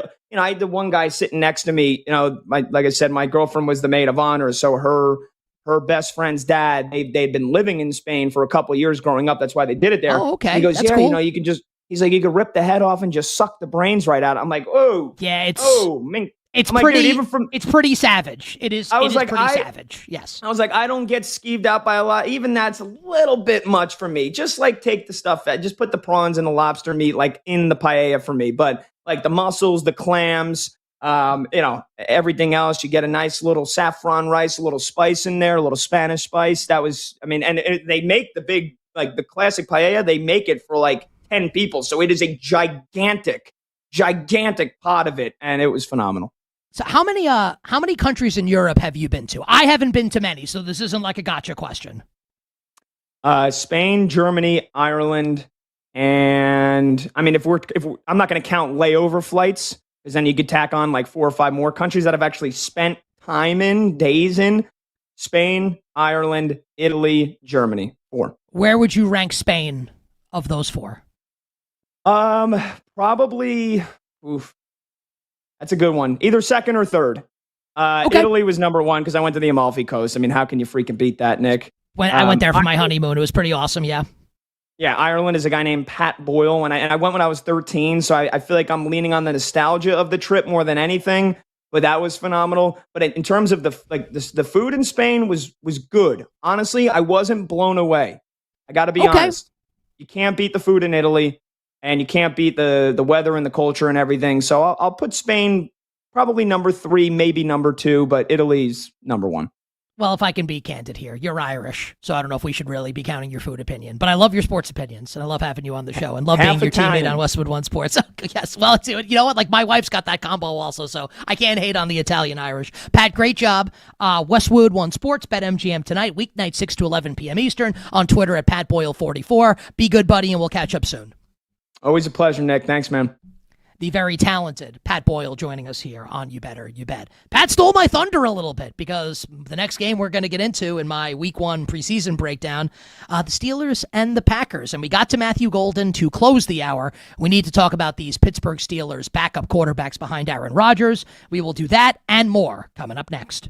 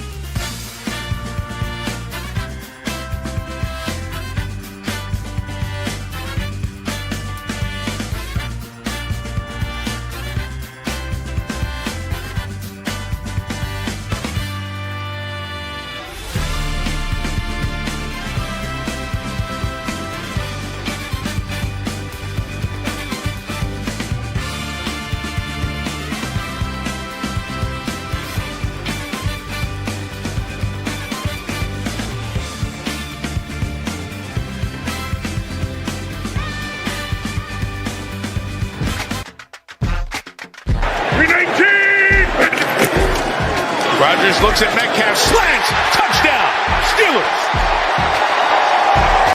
Steelers. Now, back to You Better You Bet with Nick Kostos, presented by BetMGM on Westwood One Sports. The Benz. Escalade's 23-inch rims. Mike Tirico on the call last year on NBC. That game did not go great for the Pittsburgh Steelers, losing to Jordan Love and the Green Bay Packers. Those two teams, #renewing pleasantries tonight. Aaron Rodgers and Mike McCarthy on the Pittsburgh Steelers sideline opposing one of their former teams, the team they're best known for, won a Super Bowl together, the Green Bay Packers. As I continue rolling through week one of the NFL preseason, the fantasy players and big storylines I'm watching for, and I think everyone should be paying attention to this because if you love football, this is going to be information you will want to have. And our friend Pat Boyle, who's great, he's very talented. At MGM tonight, weeknight, 6 to 11 p.m. Eastern here on Westwood One Sports, stole my thunder a little bit because he's 100% right. Because we don't think, Mike McCarthy hasn't announced it yet, and I literally looked right before the show, as to whether or not Aaron Rodgers will play tonight. My guess is no. We're probably going to start learning about who will be in the Steelers quarterback room this year behind Aaron Rodgers and who could potentially be the Steelers quarterback of the future.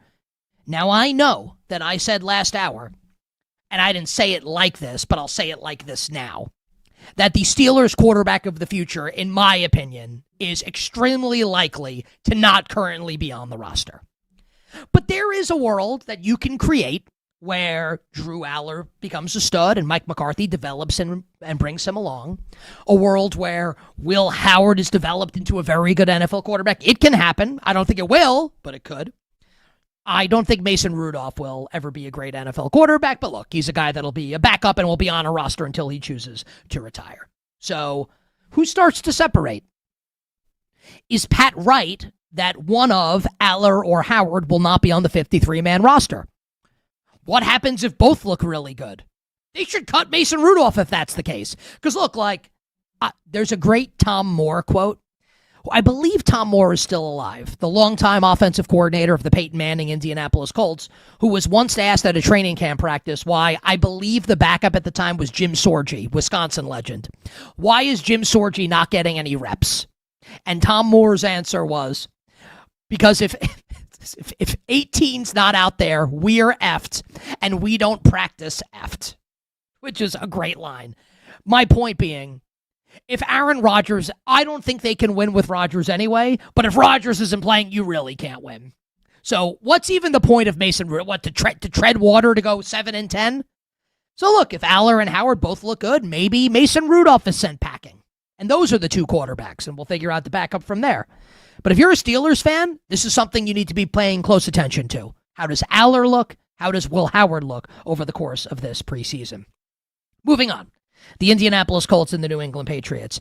I can almost guarantee, not for everybody, because some of you are psychos, like me and like Tyler Morales, even Kenny Henderson, right? I think Dan Turner is a psycho also, the Googler.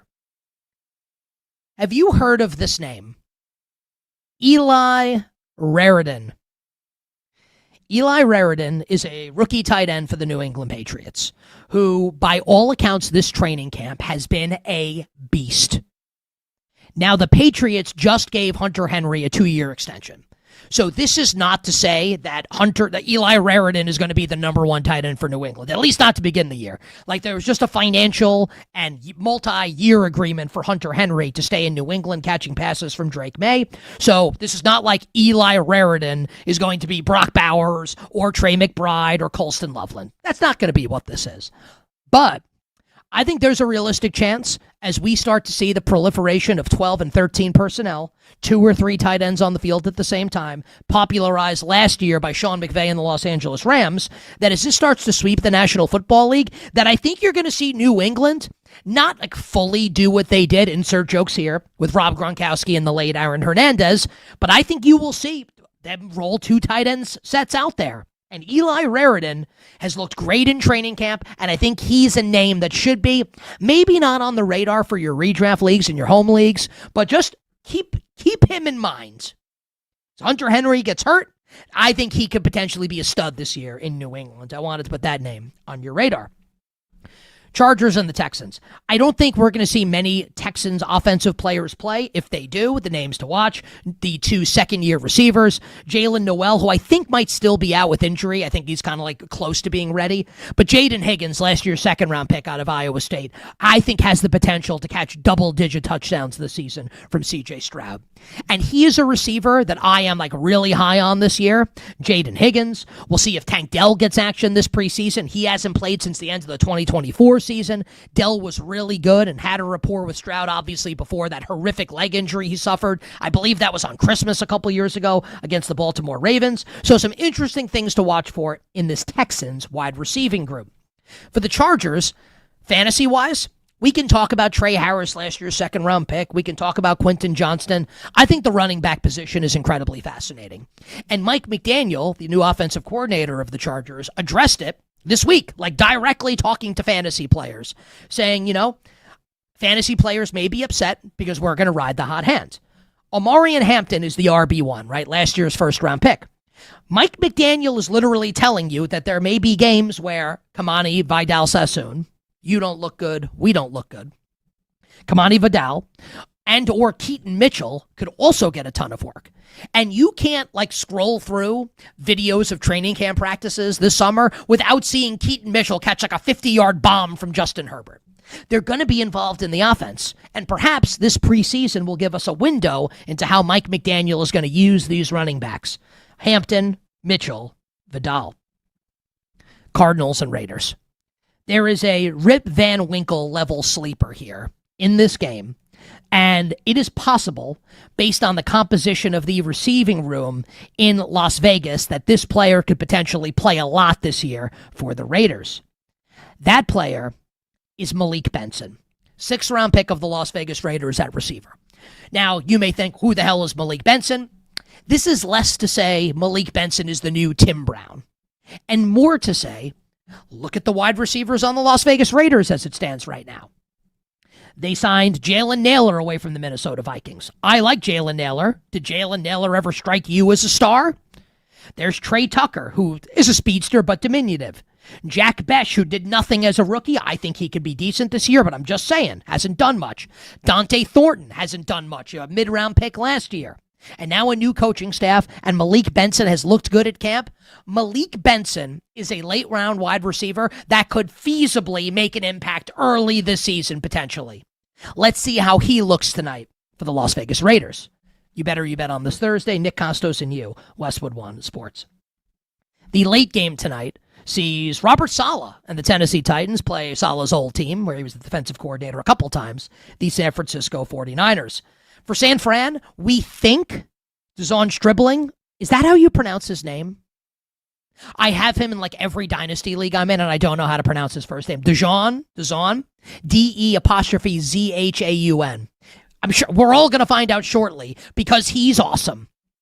And with Ricky Pearsall out, there have been Niners beat writers who have made the case that Stribling has been the best receiver in Niners camp, which does not mean he's better than Mike Evans. That's not what people are saying, just that he's been really good.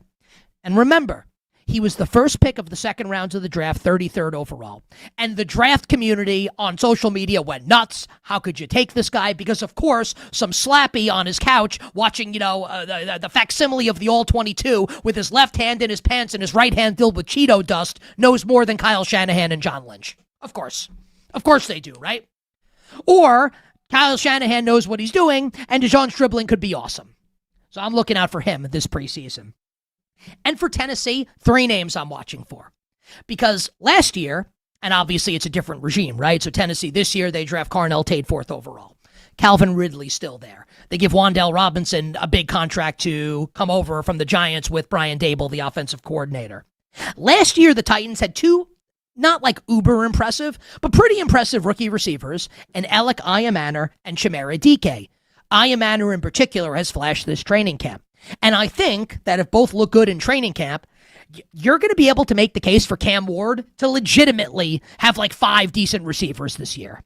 And he'll be in a much better place to succeed this year than he was last year, obviously, with the ill-fated Brian Callahan.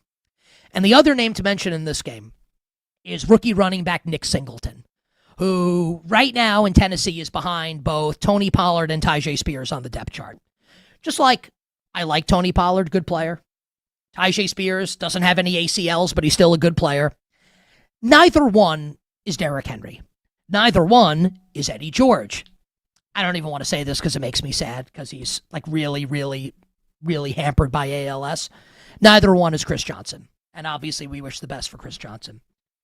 I don't think it's going to happen, at least not early. But what if Nick Singleton's awesome? Why can't, with a new coaching staff, why can't he eat into Tony Pollard and Tyjae Spears' workload? Keep an eye out for Nick Singleton. Those are all of tonight's games, week 1 of the preseason. We'll take a break, and on the other side, I'm going to have to go a little quicker to get all of these in. Joe Fortenbaugh is going to join us next hour. We have to get into this Jaden Daniels mess with LSU, which if you're unaware of the story, it's a shocker. And we had to get into some Major League Baseball as well, including this Dodgers-Brewers series that starts tonight, 4 games in Los Angeles. So quick break, and on the other side, we'll wrap up the preseason thoughts week 1 here on Westwood One Sports.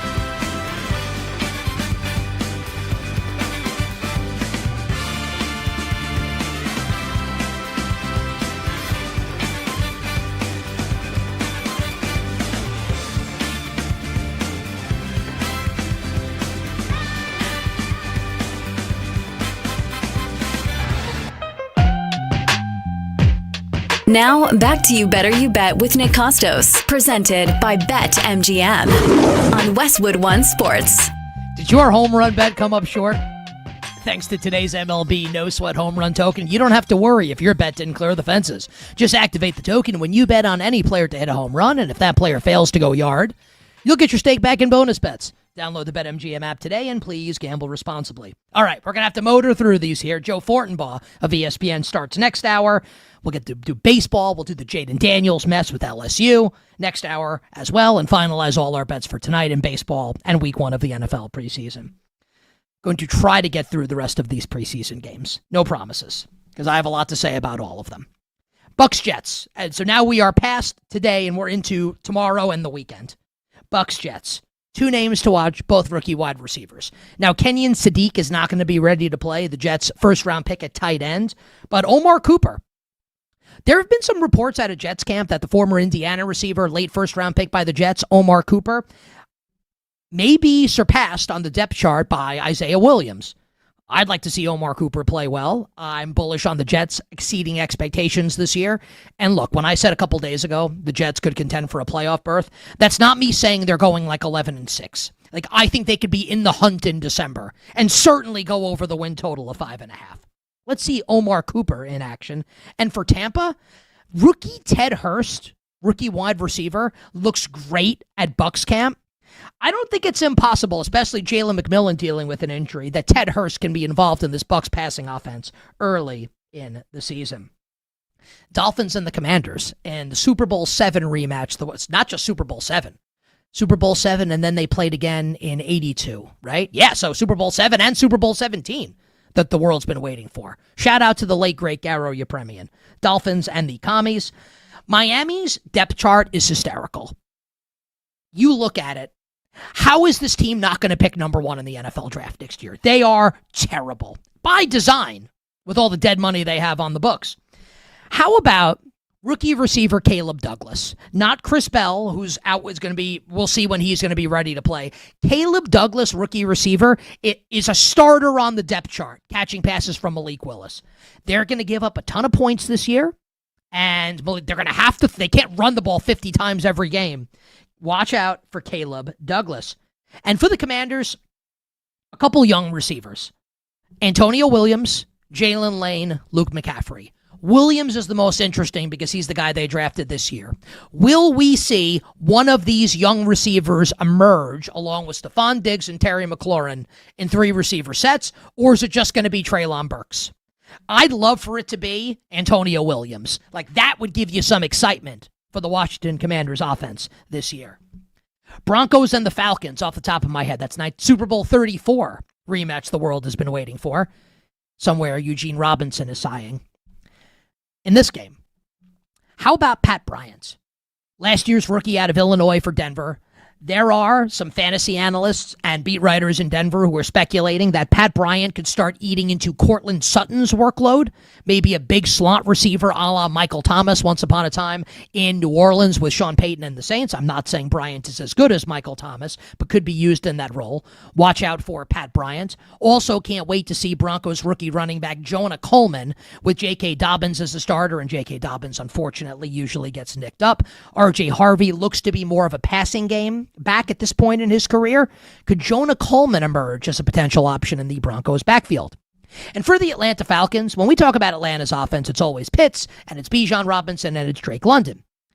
Zachariah Branch, rookie receiver, and played collegiately at Georgia and USC, making waves at camp. He could potentially be the 3rd wide receiver for the Falcons this season. Watch out for Zachariah Branch. Vikings and the Giants. Dan Dugan of The Athletic put out that Malachi Fields, rookie receiver out of Notre Dame, could be the Giants' wide receiver 2 this year. That would be very exciting if that were the case and he could beat out Darius Slayton. I'm looking out for Malachi Fields. And 2 young players, skill positions for Minnesota. Wide receiver Ty Felton, with Jalen Naylor now in Vegas, and rookie running back Damon Claiborne. He has Jordan Mason in front of him, who's like a bulldozer, but I don't think he's that great. And Aaron Jones is clearly probably on the 18th hole of his career. DeMond Claiborne, a name to watch for. Vikings rookie running back. Panthers and the Bills. How about Jonathan Brooks? The second-round running back a couple years ago out of Texas who was coming off a torn ACL, then tore the same ACL that he had torn previously. He's back and good to go. I don't think it's impossible that he is Carolina's RB1 to begin the season ahead of Chuba Hubbard. Browns-Bears. A number of players I'm looking for in this game. Basically all the young skill position players in Cleveland, especially second-round rookie receiver Denzel Boston, who has been the star of training camp and even has looked better than first-round wide receiver Casey Concepcion. Boston and Concepcion could both be fantasy relevant early this season, along with Quinshon Judkins at running back and Harold Fannin at tight end. For Chicago, who's the number 3 receiver? We know Luther Burden and Rome Odunze are the 1 and the 2. Loveland's the number 1 tight end. Khalif Everybody Loves Raymond or Ja'Day Walker. Can't wait to see how that plays out. Jaguars and the Saints. If you're asking me, who would I rather have in fantasy drafts? Bashal Tutin in the 5th round or Chris Rodriguez in a late round? I'll roll the dice on Bashal Tutin, last year's rookie running back from Jacksonville. I want to see how Liam Cohen divvies up the touches in the backfield with Tutin and Rodriguez. And for the Saints, I'm hoping Jordan Tyson dominates because I am so excited about what the Saints offense can be this year with Tyler Shuck as the trigger man, Chris Olave, and Jordan Tyson as the top 2 receivers. Rams and the Chiefs. Ty Simpson's going to play a lot in this game. Can the Rams trust him this year if Matthew Stafford gets hurt?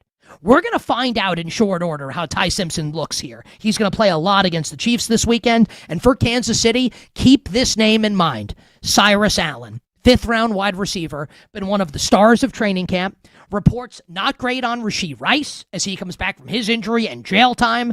Xavier Worthy's extremely tough to trust. Cyrus Allen could be a receiver that flashes here early on in the preseason.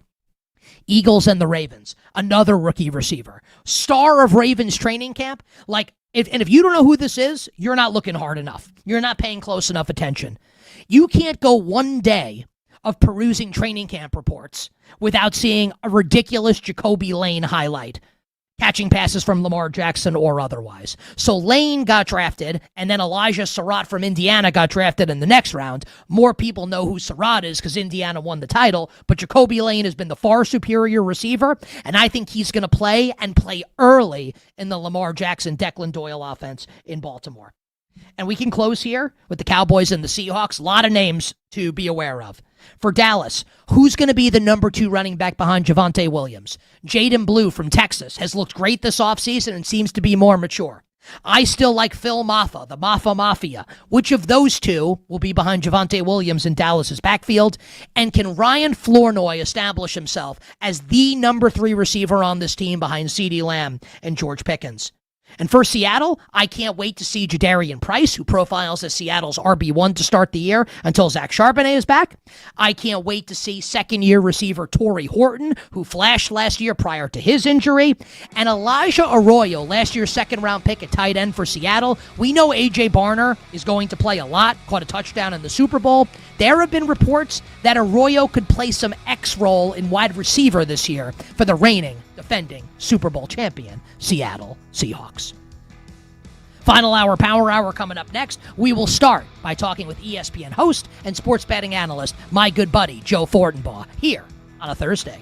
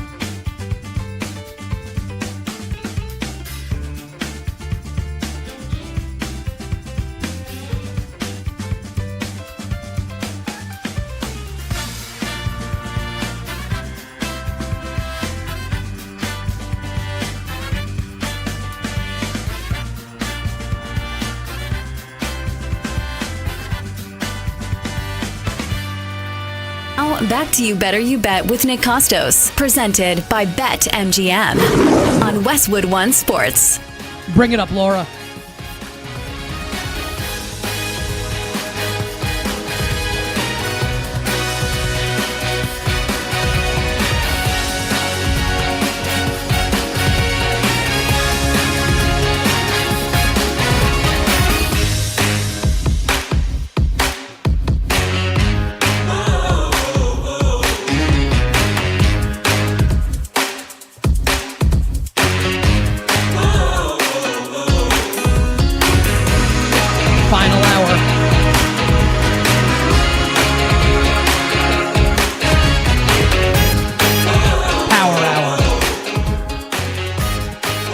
You Better You Bet on Westwood One Sports.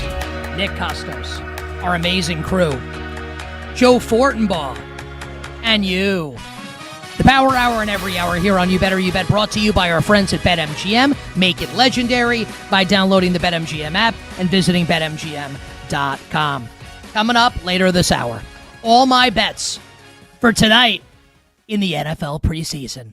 Oh, yeah. Plus, one bet in Major League Baseball after, credit to me, 3-0 last night on the diamond. We'll look to keep the good times rolling. So all of the bets will close the show. Plus, I'm going to defend Jaden Daniels with this LSU nonsense. We'll talk about that story coming up in about 20 minutes and get into a very highly anticipated weekend set in Major League Baseball as the Dodgers welcome in the Brewers for 4 games. And I think when we get to the end of the year, we can look back on this series starting tonight in LA as a big one when we survey how the National League playoff bracket has shaken out. But joining us right now to start the Power Hour, one of my absolute favorites on the show. And I know I call him one of my absolute favorites because not just a great sports mind, not just a great sports betting mind, but like me, he is very open about the fact that he is very vain. And I appreciate that. I appreciate his honesty. The very handsome and talented. You watched him this morning on ESPN hosting Get Up, sports betting analyst and host for our friends at ESPN, the great Joe Fortenbaugh. My friend, welcome to the show. How's it going? I got to tell you, if you are a young, aspiring media personality, that right there is how you open up an hour. Big song, big music, teasing and forward promoting to the guests and all the topics, very clever hooks, and then a big intro for the guest. I'm proud of you, kid. I don't know if I can deliver on the interview, but I sure as hell love the way you set the whole thing up. No, dude, you're the best. And we'll talk some sports in a moment here, but, we're friends off air. So I've said this to you off air. I say it when you come on the show on the air as well. You are one of, if not the primary faces of ESPN's coverage of WWE. In addition to all the work you do, sports betting, analyzing bets, and hosting shows on ESPN. And I am a lifelong WWE fan, as are you. So I'd actually like to start here, if it's all right with you, my friend. I made some waves recently, and it's kind of become, not because of what I said, but a topic that has gone viral recently, is this idea of the tribal chief Roman Reigns potentially being overrated. And the reason why we all love him so much, for the people that do, is because he's been shoved down our throats as opposed to him actually being talented. I'm fascinated to where lifelong wrestling fan Joe Fortenbaugh comes down on the Roman Reigns debate. And if you, Joe Fortenbaugh, like me, acknowledge our tribal chief. I do not. But here's what's important to note there. The beauty of wrestling, and you and I have talked about this before, is that it's fun. This is fun. You and I are dads. We're old men. We're still very vain. We're losing our handsome looks. It's all going. But when it comes to wrestling, we still get to have fun and act like children and mark out over this stuff. And in Joe Fortenbaugh's world of professional wrestling, Roman Reigns needs to be the top heel. That's where I live. I cannot get to a point where I want to root for Roman. I don't want to be on Roman's side. It's not because I don't like him or don't respect him. It's the complete opposite. But in my world of professional wrestling consumption, Roman needs to be the heel because that's what works in my story. That's what works rooting against him. Getting all gassed up that Seth might take him out or that CM Punk may have taken him out at WrestleMania. So in that same vein, I don't acknowledge him because I need him as a heel. But to your point, I've heard all the conversations about how overrated people think he is. If you go pre-tribal chief, Yeah, there's a case to be made that he was shoved down everyone's throat for a very long time. There was a lot that happened there. The Royal Rumble, the segment on Raw, the 7 straight minutes of booing where people had just had enough. But I also think it's a testament that WWE stuck with him and it ended up working. Now, granted, you needed Paul Heyman to get in there for that, which speaks to the genius of Paul Heyman. But how can we say he's overrated? He's absolute box office. Big, like they wouldn't keep putting him in the main event if he wasn't worth the money in the tickets. Like, are we stupid here? Are they just putting him out there for fun? So he's box office. He's a huge draw. The Bloodline storyline has gone on forever. I know Bischoff was part of these comments. Even he acknowledged it's one of the greatest storylines of all time, which how much they've gotten out of it. So no, he's not overrated. We had 2 sensational matches from him recently, and I love the fact that he's been active. So I'm in your camp, but I do not acknowledge him because my world requires him to be a top heel. Yeah, and that's Conrad Thompson, friend of the show, along with Eric Bischoff. And that was Conrad's take originally. Conrad does a great job hosting a number of wrestling podcasts. And just to really punch this point home for the wrestling fans out there, I think people can appreciate this, right?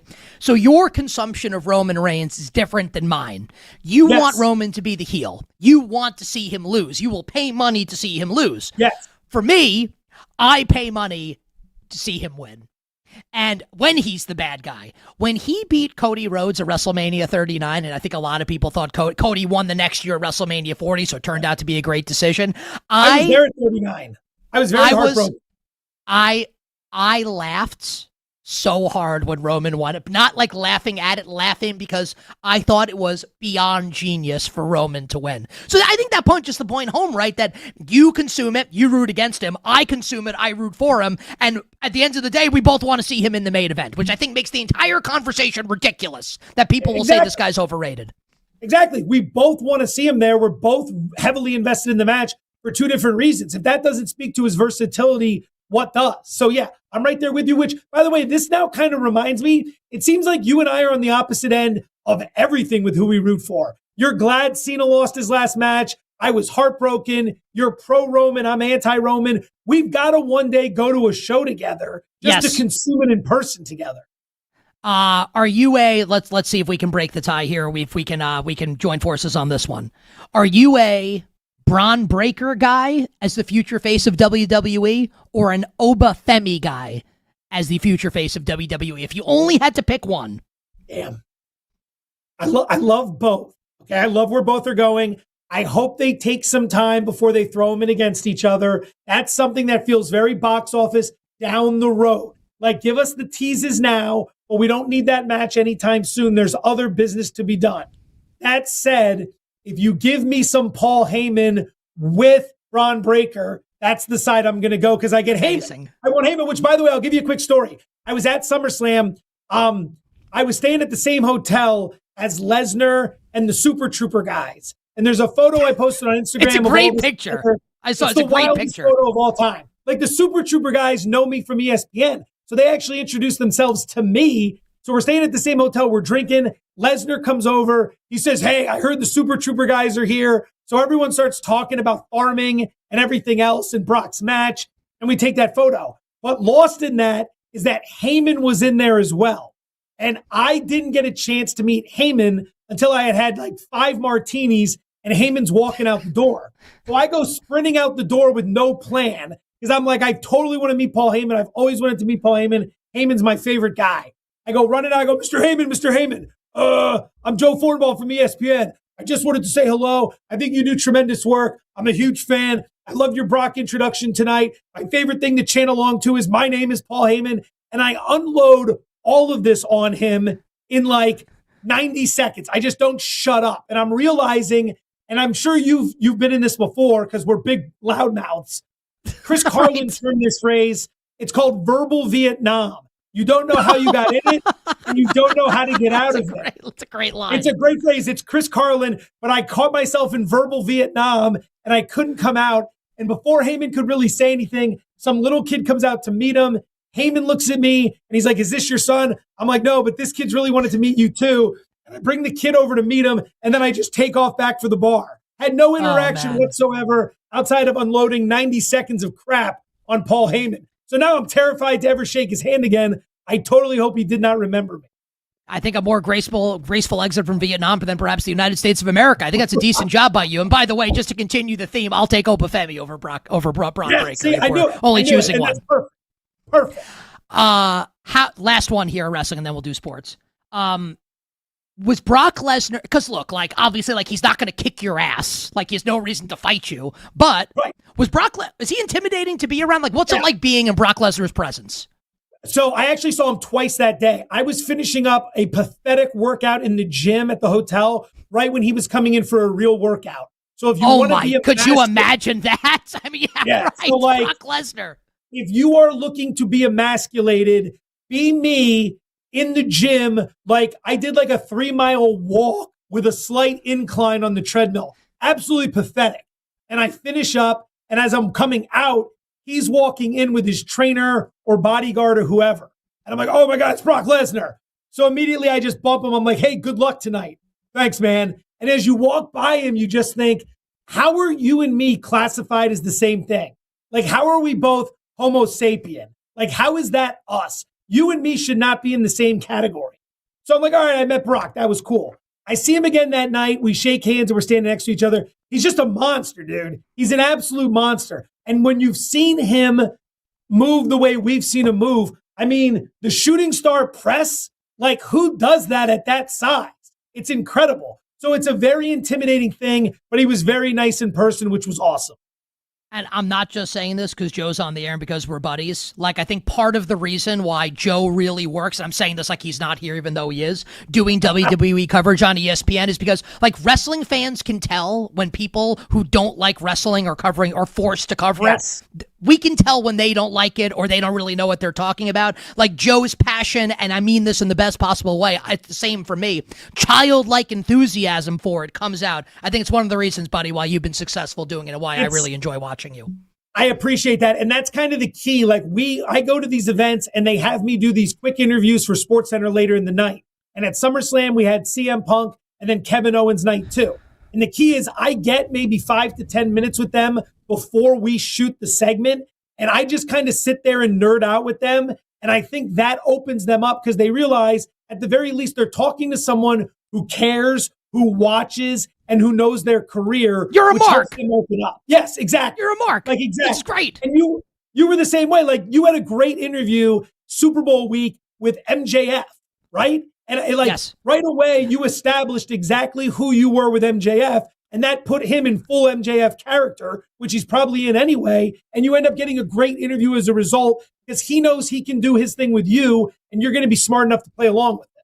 So when I interviewed Punk that week also, and I said to Punk when he came over to the set, I said, just so you know, I'm a lifelong mark.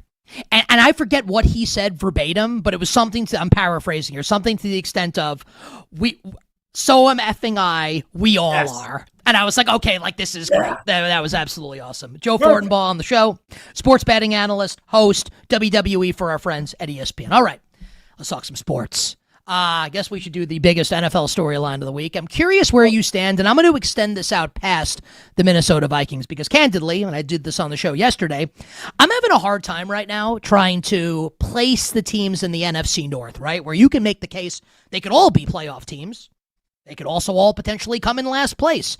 And who I want to pick to make the playoffs, win the division, I really like Minnesota, trying to figure out who else I like. So what do you think of the Vikings with Kyler Murray? And do you like any other teams in the NFC North, Joe? This is a great question. Murray was obviously the right choice. I'm worried about a few things. 11 or fewer starts in 3 of the last 4 years. Injuries are a concern here, but he's certainly an upgrade to McCarthy. But if you go to McCarthy, do you fall apart? However, with McCarthy last year, they were like 9-8, right? So they have a great defense. They've got a great home field. I think the defense takes a little bit of a step back this year. I'm going to say solid. I'm not going to buy all the way in. Shockingly, the team I'm going to take is the one I think no one's talking about, which is Green Bay.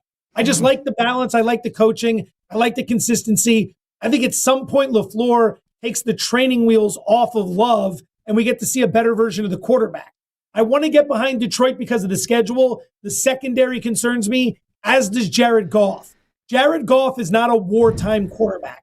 Jared Goff is a peacetime quarterback. If he's at home and he's indoors and he's got great weapons and great coaches and great coordinators and the opponent's average, he looks great. But when you put them in wartime, the Super Bowl against the Patriots, nothing. The divisional round game against the Commanders, who didn't have a good defense. What do you have, like 5 turnovers in that game? I'm not going to get behind him and trust him. And then there's Chicago, who's the top regression candidate. So I like Green Bay for the division. I'm still kind of hit or miss on Minnesota. I feel like the situation could come unglued, but I'm not necessarily willing to bet against it just yet. I think you might be right on Green Bay. And I'm starting to come around on the Packers here. Still have time to figure it out. 1 month from today, Joe, is the first Sunday of the regular season. Sunday, September 13th. So still time to figure that out. We'll go to the AFC in a second, but just to stay in the NFC. Like, when you do sports betting content, I think it's in vogue. I've done this, right, where you don't want to take the favorite because the favorite's boring. Well, the favorite is the LA Rams, and I think even if we don't think they're going to make the Super Bowl, on paper, they are the deserved favorite coming into the year. So Rams is an acceptable answer, obviously, if you want to take them. But is it the Rams in the NFC for you? And if not, who do you like right now? It's again, it's hard not to. It's one of those things where not just the favorite, when everybody's in love with the team, and you know this well, it's like if you're in betting, anytime everybody's in love with something, you got to start thinking something's wrong. Like that's a huge red flag when you see it. The division's tough. Seattle should still be good. San Francisco should be good. You could see some issues there, but I mean, how much do I want to outthink the room? I don't know who stacks up that great with them. The one team that fascinates me, and it's going to sound ridiculous, especially coming from an Eagles fan, is Dallas. I think Dallas. I agree with you. Well, like the offense we know can score. I think defensively they've really improved. Schottenheimer, I think, impressed some people in year one. They fell apart down the stretch, but the defense was never going to maintain at the level we saw kind of in the middle of the season when it looked like they turned a corner. But now, given what they brought in last year with guys like Quinnen Williams, they look like they won the Micah Parsons trade, which is fantastic for them. And they make some other offseason moves and moves through the draft. That's the team that's really caught my eye. And I know everyone will say, well, Dallas never gets it done. Well, look, no one had ever beaten a 1 seed as a 16 in the tournament. And then we got a couple of them. Like, you can't think like that. Just because it hasn't been done doesn't mean it can't be done. So Dallas kind of fascinates me, but I'm not going to sit here and make some big against the Rams case for the public because they're stacked on both sides. I love the quarterback. I love the coach. They deserve our respect. 2 months ago today, by the way, something happened that no one thought would happen. The New York Knicks winning the NBA championship. So I totally agree with you on the Cowboys. To the AFC, I can't believe that I've talked as much about this team with guests recently as I have, but I'm experiencing the phenomenon that you just laid out. Because a couple months ago, and listeners and viewers of this show know because I've been talking about them for months, I thought I was going to be the only one that liked Houston to potentially go to the Super Bowl out of the AFC. Yes. Do you like everyone likes the Texans, and it's making me a little nervous. So this is funny because as you're setting up that question, I have no idea where you're going. So I'm thinking to myself, who's he going to go with? And my handwriting is chicken scratch, so I can't prove it to you. But I've got Houston listed here as a team to discuss. Love the win total over. I understand that a lot of guys in the betting community are interested in them. I think it's the classic case of, but anyone you talk to outside of betting is very worried about CJ Stroud. And I think that's what creates the opportunity for us. This is a guy, when we saw him last in the playoffs, he absolutely stunk. So a lot of people think he's going to continue to stink. He doesn't need to be great in order for us to hit 10 wins on the win total. He doesn't need to be great in order to win that division. If we want to make a deep run, we're going to need some competent play from him, sure. But if he rekindles anything, given the defense he's got around him and the young receivers coming into their own, I really like the potential for this team. This defense is absolutely filthy. Schedule sets up pretty nice. I'm with you on the Texans. I am buying them. I like the win total over 9.5. 10 wins I do not see as a major problem for a defense like that. Give me one other final NFL question here. Give me one other betting thought in the AFC. Could be a win total, division, team to win the conference, something else in the AFC that Joe Fortenbaugh, your fancy is being tickled. I'll do a quick double dip. I am pro Chargers, as I am pretty much every year, and I'm anti-Patriots. I know everyone very much likes the Patriots. They were the number one team last year in terms of health. A lot of people are going to focus on the schedule getting a little bit more challenging. Pro fans are going to look at them and say, well, they got A.J. Brown. They're going to be a lot better. I look at the team. I see how well things set up last year, and I see how they were the healthiest team in the NFL. That is extremely difficult to sustain year over year. Record in one-score games was outstanding. That's difficult to sustain. I think they come back down to earth. Win total's 10.5. That's an under I've played. Final question. If I asked you right now on Thursday, August 13th, to gaze into the crystal ball, what will the main event of WrestleMania Sunday night be next year? I thought this was going to be who's going to the Super Bowl. No, this is who cares about the Super Bowl? Let's talk about WrestleMania. All right. I think you've already discussed this in depth. I have no reason to go against the idea that it's Roman and Oba. I think that we're no longer getting Roman wins by outside interference. He's doing it on his own. They're going to build him up to be as strong and indestructible as humanly possible, leading into Mania next year, with Oba coming in to take the belt and become the new top guy. So I don't see any reason to pick against that right now, because again, everyone complaining about the same four guys always getting the push. Well, here comes the Oba push. So let's just hope everyone remains healthy. But if there's another prediction to throw out there, Money in the Bank coming up in a little over a month, Trick Williams. Let's get a little Trick Williams to win Money in the Bank. Let's talk about it. Just if it's Roman Reigns versus Oba Femi in the main event of WrestleMania, I will root for Roman Reigns to win that match like I rooted for my Knicks to win the NBA Finals against the Spurs. And I'm going to be the only one. Everyone's going to be rooting for Oba Femi except me. Let me tell you something, buddy. First of all, I don't think that's true. Anytime I'm in the building, there are so many people who love Roman. I don't think you'll be the only one. But I'm going to tell you this. I saw this bullcrap take of yours recently about how I want Roman to win every match the rest of the way and retire with the title, which infuriates me after you just went all in on people like me for saying Cena should have won his last match. You couldn't yell and scream more. Cena can't win. He's got to put the next guy over. Wrestling 101. You're a mark if you don't get this. And now all of a sudden, here you come with your new haircut saying Roman should win every match the rest of the way out and retire with the title. Shame on you, Kostos. Shame on you. My response to that, you're right. Dude, you're the best. I love having you on the show. Did an awesome job hosting Get Up this morning on ESPN. That makes time for us. Really appreciate it. Sports betting, hosting, WWE for ESPN, at Joe Fortenbaugh on social media. Thank you very much, my friend. Have a great weekend. Always a pleasure. Put it out to the masses. Do Nick and Joe need to put together a WWE podcast live stream? We want results. If you like this conversation, you and I have been toying with this. I think the people need it. I think the people need it as well. You need to talk to ESPN. I need to talk to Odyssey. We need to figure out a way to figure this out. Joe Fortenbaugh, I'm sure our wives would love to hear us in our basements or our offices at home screaming to each other about wrestling 3 nights a week. Sure, they'd be thrilled with that. My wife already hears me screaming about football. What difference would wrestling make? She already hates that. What's another thing for her to complain about? I love you, honey. She's not listening. Who am I kidding? Joe Fortenbaugh joining us here on the show. He is the best. At Joe Fortenbaugh on social media. All right. We had a lot we still have to get to on the show. On the other side, this Jaden Daniels mess with LSU. Everyone thinks Jaden Daniels is nuts, and he's petty. And to a degree, they might be a little right. But I'm going to defend Jaden Daniels. I'm going to tell you about this entire story with LSU. We'll do that on the other side and preview the weekend in Major League Baseball and the team that absolutely needs to be on everybody's radar following what's happened this week. So Jaden Daniels, Major League Baseball, coming up next on a Thursday on Westwood One Sports.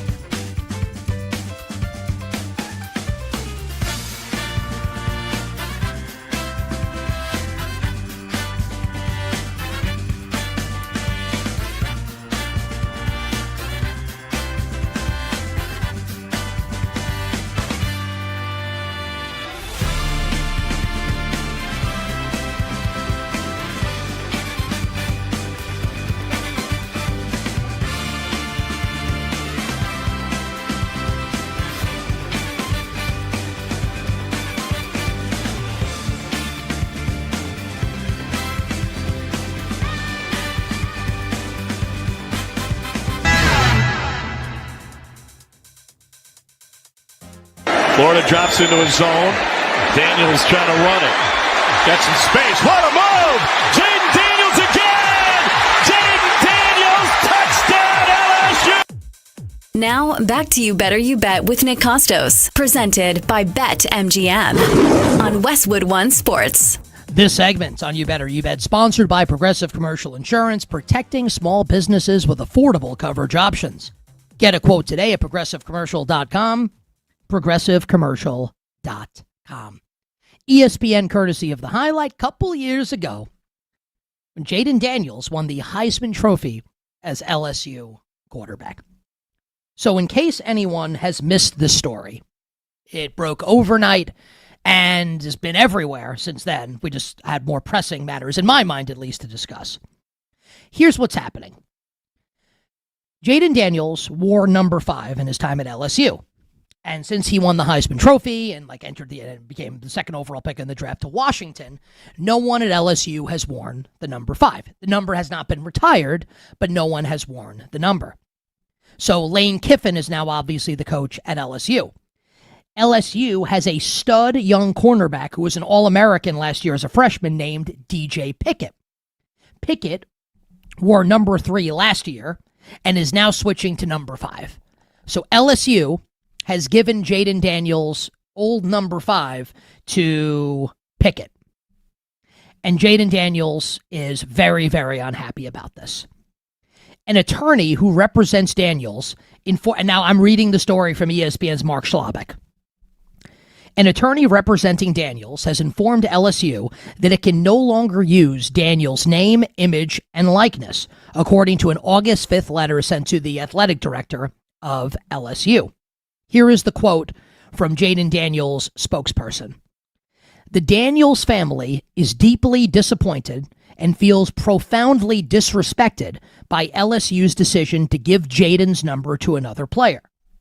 Jaden and his family had every reason to believe that his number would remain a meaningful part of his LSU legacy and would be honored and protected in recognition of his extraordinary contributions to the university.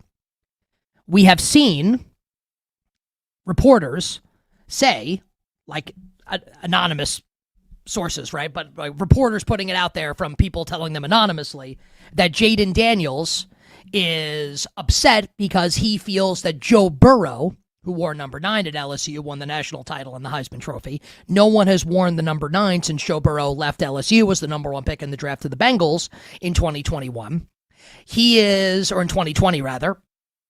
Daniels is upset because he feels like Burrow has received preferential treatment, that the university has treated Burrow better than they've treated him. Now, I think the knee-jerk reaction, and it was my reaction, to hearing that last part would be, well, okay, you both won Heismans. Burrow won the national title. Jaden Daniels didn't. Jaden Daniels won a lot of games at LSU, also lost a bunch of games, lost 3 games the year that he won the Heisman. Doesn't mean he's bad. He's outstanding. He deserved to win the Heisman Trophy. But he didn't reach the dizzying heights that Joe Burrow did, where, I think it's going to be fascinating. Let's put 20 years from now. Where are we collectively going to rank 2019 LSU among the all-time great teams in the history of college football? So there's really no comparison between Burrow's season and even if Daniels was great. Even if Daniels was great, and he was. The Burrow season is a cut above. And I think if that's the tack that you want to take and the part of the argument you want to attach yourself to, I certainly understand. And I don't disagree. And people all morning have been dunking on Jaden Daniels. And to be fair, if I were a Commanders fan, I wouldn't like this. Like, this is the kind of crap he's thinking about when he should be focused on taking our team back to the playoffs, save the job of Dan Quinn. So I would get it if a Commanders fan were thinking, this guy's got this soft skin.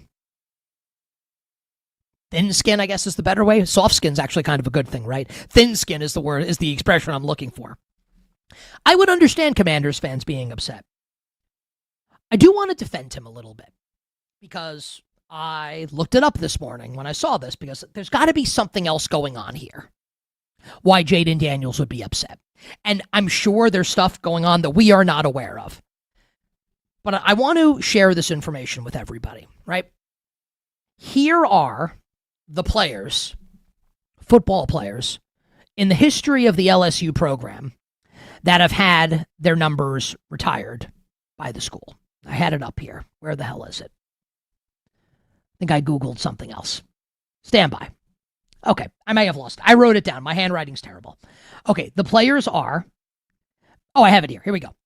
Here are the players whose jerseys have been retired by LSU. Some of these names sound made up, like Billy Cannon. Cannon. Billy Cannon won the national championship at LSU in 1958 and then won the Heisman Trophy in 1959. He wore number 20. Okay. Every other name that I'm about to read to you not only did not win the Heisman Trophy, but also did not win the national championship. Jerry Stovall, number 21, who played in the early 60s. Charles Alexander, who was a finalist for the Heisman in both 1977 and 1978. He wore number 4. Someone named Tommy Casanova, who sounds like my next-door neighbor in Staten Island in New York City, didn't win the Heisman or the national championship. And former Baltimore Colt awesome quarterback Burt Jones, cell phone number 281-330-8004. Hit Burt Jones up on the low because Burt Jones about to blow. Burt Jones did not win the Heisman Trophy or the national championship. So if you're Jaden Daniels, right, and I'm sure he's aware of this. I'm sure Joe Burrow's aware of this. Burrow may not care, and no one has worn number 9. They're letting someone wear number 5, even if this guy's awesome. This is not like, is Lane Kiffin right to do this and appease like an awesome young player as he looks to win games and get to the college football playoff. This is, does Jaden Daniels have a legitimate beef? So Jaden Daniels, who won the Heisman Trophy, he won it. Jerry Stovall didn't. Charles Alexander didn't. Tommy Casanova didn't. Burt Jones's number hasn't even been retired yet. It's going to be retired later this year. And he sees those guys got their jersey retired. He won the Heisman Trophy. His jersey's not retired. And someone else is going to wear it. So, yes, you can make the case that Joe Burrow deserves to be treated a little differently because his team won the Natty and it might be one of the greatest single-season college football teams ever. You can make that case, right? Also, we are all...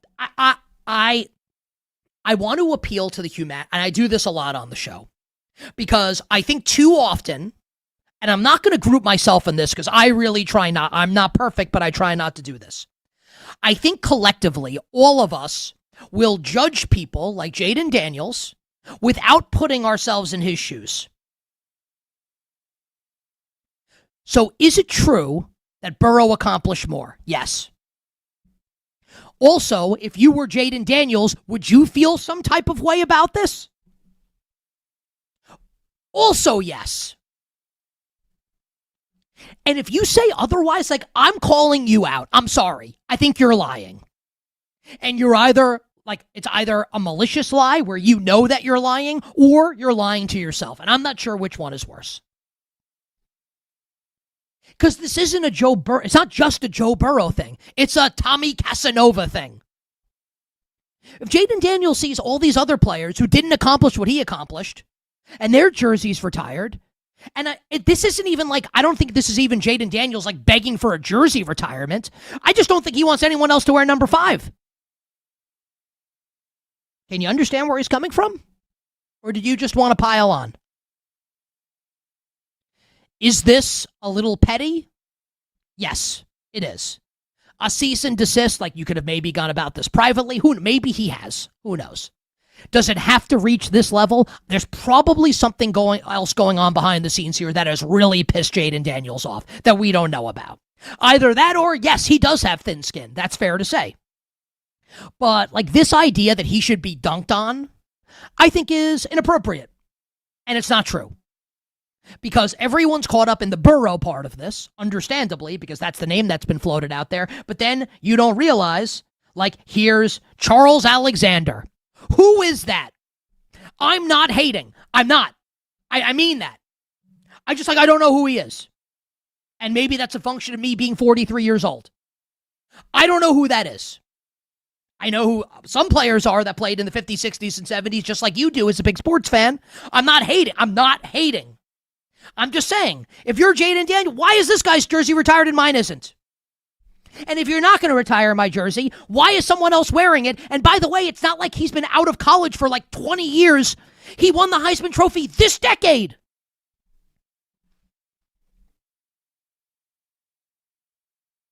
You can criticize him a little bit for this.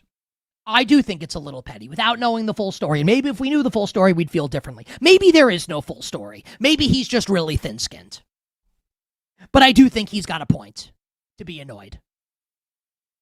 And I'd love to know how you can disagree with the facts that I've just laid out. You bet on this Thursday. Nick Kostos and you, Westwood One Sports. Okay.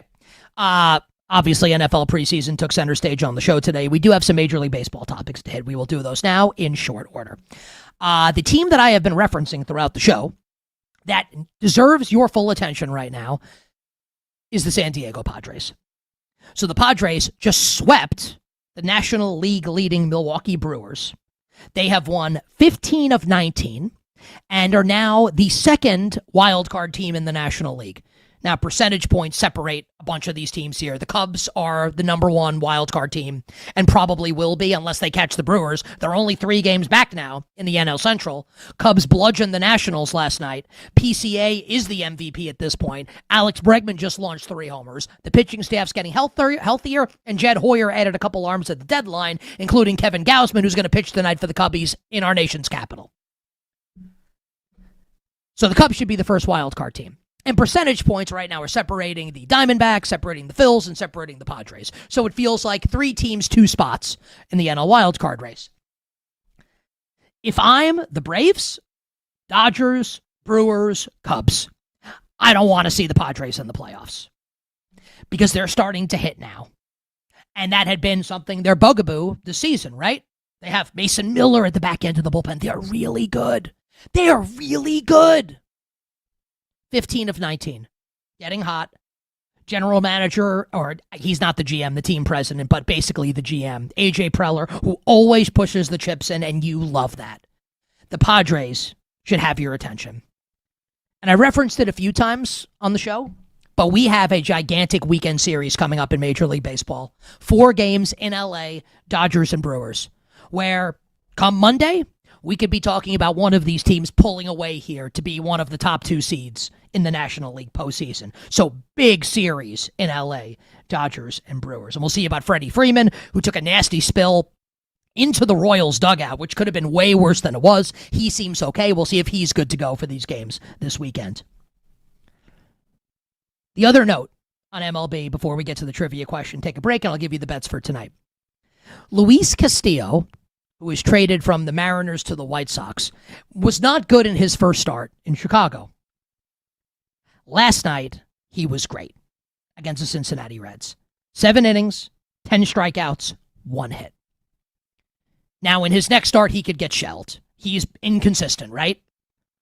But if Castillo can be awesome for the White Sox down the stretch, they'll win the AL Central. They'll hold off Detroit, they'll hold off Cleveland, and maybe could be at least slightly interesting come AL playoff time, even if I expect it to be the Yankees or the Red Sox ultimately that wins the American League pennant.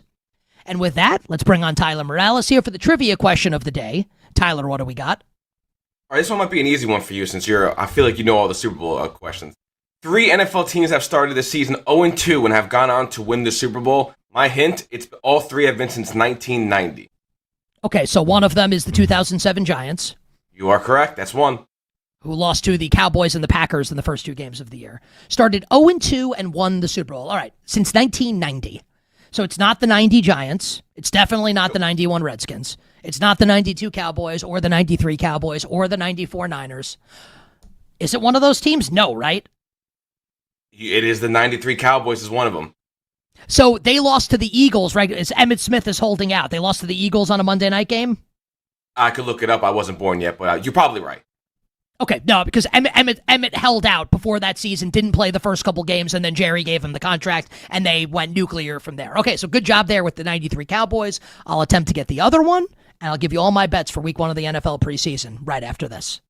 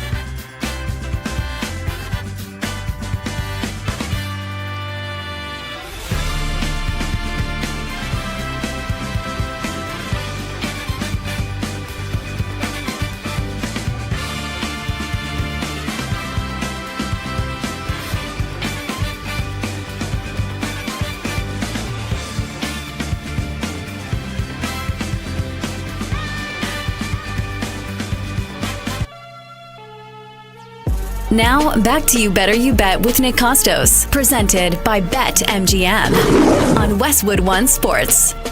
Did your home run bet come up short? Thanks to today's MLB No Sweat Home Run Token, you don't have to worry if your bet didn't clear the fences. Just activate your token when you bet on any player to hit a home run. And if that player fails to go yard, you'll get your stake back in bonus bets.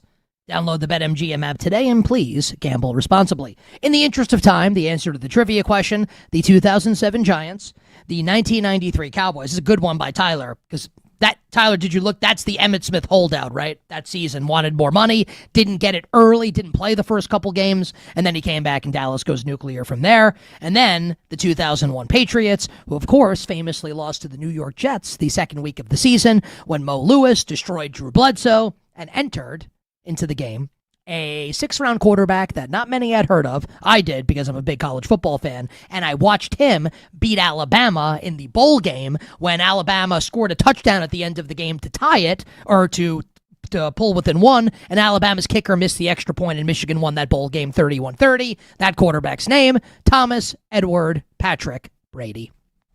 Good stuff from Tyler. All right, let's get to the bets for tonight. Laura, please drop the dope-ass beat. Is it Thomas Edward John Brady or Patrick Brady? I don't know. Who cares? All right, bets for tonight. 3-0 last night I was in Major League Baseball as I speak like Yoda. Today, one baseball bet. I would like to continue fading the Seattle Mariners. And yes, I am betting on my favorite team, but this is less a bet on the Yankees and more a bet, oh my God. This was This was minus 145 before the show. The Yankees have been bet out to minus 170. So up to you if you want to lay that. You want to put them in a parlay or whatever. I don't know if I want to advocate a minus 170. Literally, we're minus 145 like 2 hours ago. So they've been bet out 25 cents, the Yankees have. Otherwise, I'm going to pass baseball tonight. If I had to bet the Brewers-Dodgers game, I actually think I would bet Milwaukee as a dog. Roki Sasaki pitching for the Dodgers. Pretty big favorite. Brewers have lost a couple in a row. I want to chalk that up more to San Diego. I might put a couple. You know what? How about a small bet Brewers-Yankees 2-team parlay today in Major League Baseball? And now let's do the NFL preseason, where I think we have some pretty interesting lines tonight. So Green Bay is a 3-point favorite on the road against Pittsburgh tonight. We're going to see Green Bay starters play a little bit in this game, but not Pittsburgh starters. Okay, so Tyrod Taylor is going to play for Green Bay, of course, who's Jordan Love's backup. But I think you're going to have Pittsburgh quarterbacks who are all dying to be on the team in Drew Aller, in Mason Rudolph, and in Will Howard. Now that the number is a full 3, give me the Pittsburgh Steelers +3 against the Green Bay Packers. I will play Patriots money line against the Indianapolis Colts and bet against Anthony Richardson and bet against Riley Leonard. Tommy DeVito, it's a Tommy DeVito, baby, gonna play a lot. And then Bear Morton, who was in college football last year for Texas Tech. You know what? Let's play the Patriots to win the game. I think we get a good Tommy DeVito game. Patriots +135 on the money line. We are going to see in this Cardinals-Raiders game, the Raiders have the perfect preseason quarterback depth chart. Cousins, Mendoza, AOC, who just broke up with her fiance. And I don't care where you lean politically, AOC's hot. Just saying. The Raiders have 3 good quarterbacks. The Cardinals have 3 good quarterbacks for preseason. Jacoby Brissett, Gardner Minshew, Carson Beck, over 42.5 Cardinals and Raiders. And then the Tennessee Titans quarterbacks. Cam Ward's going to play tonight. Mitchell Trubisky, former 2nd overall pick in the draft. And Will Levis is the best 3rd quarterback in the NFL, going up against maybe a little Mac Jones and then Adrian Martinez for the Niners. Big number. I'll lay it. Tennessee -6. So Titans -6. Cardinals, Raiders over. Patriots money line. Steelers +3. Yankees, Brewers 2-team money line parlay. And a partridge in a pear tree. And yes, I said it. I don't care about your politics. Alexandria Ocasio-Cortez, not ugly. I'll see you coming up on Monday. I am off tomorrow. Until then, I'm Nick Kostos wishing you minimal sweats, winning bets, the absolute very best of luck.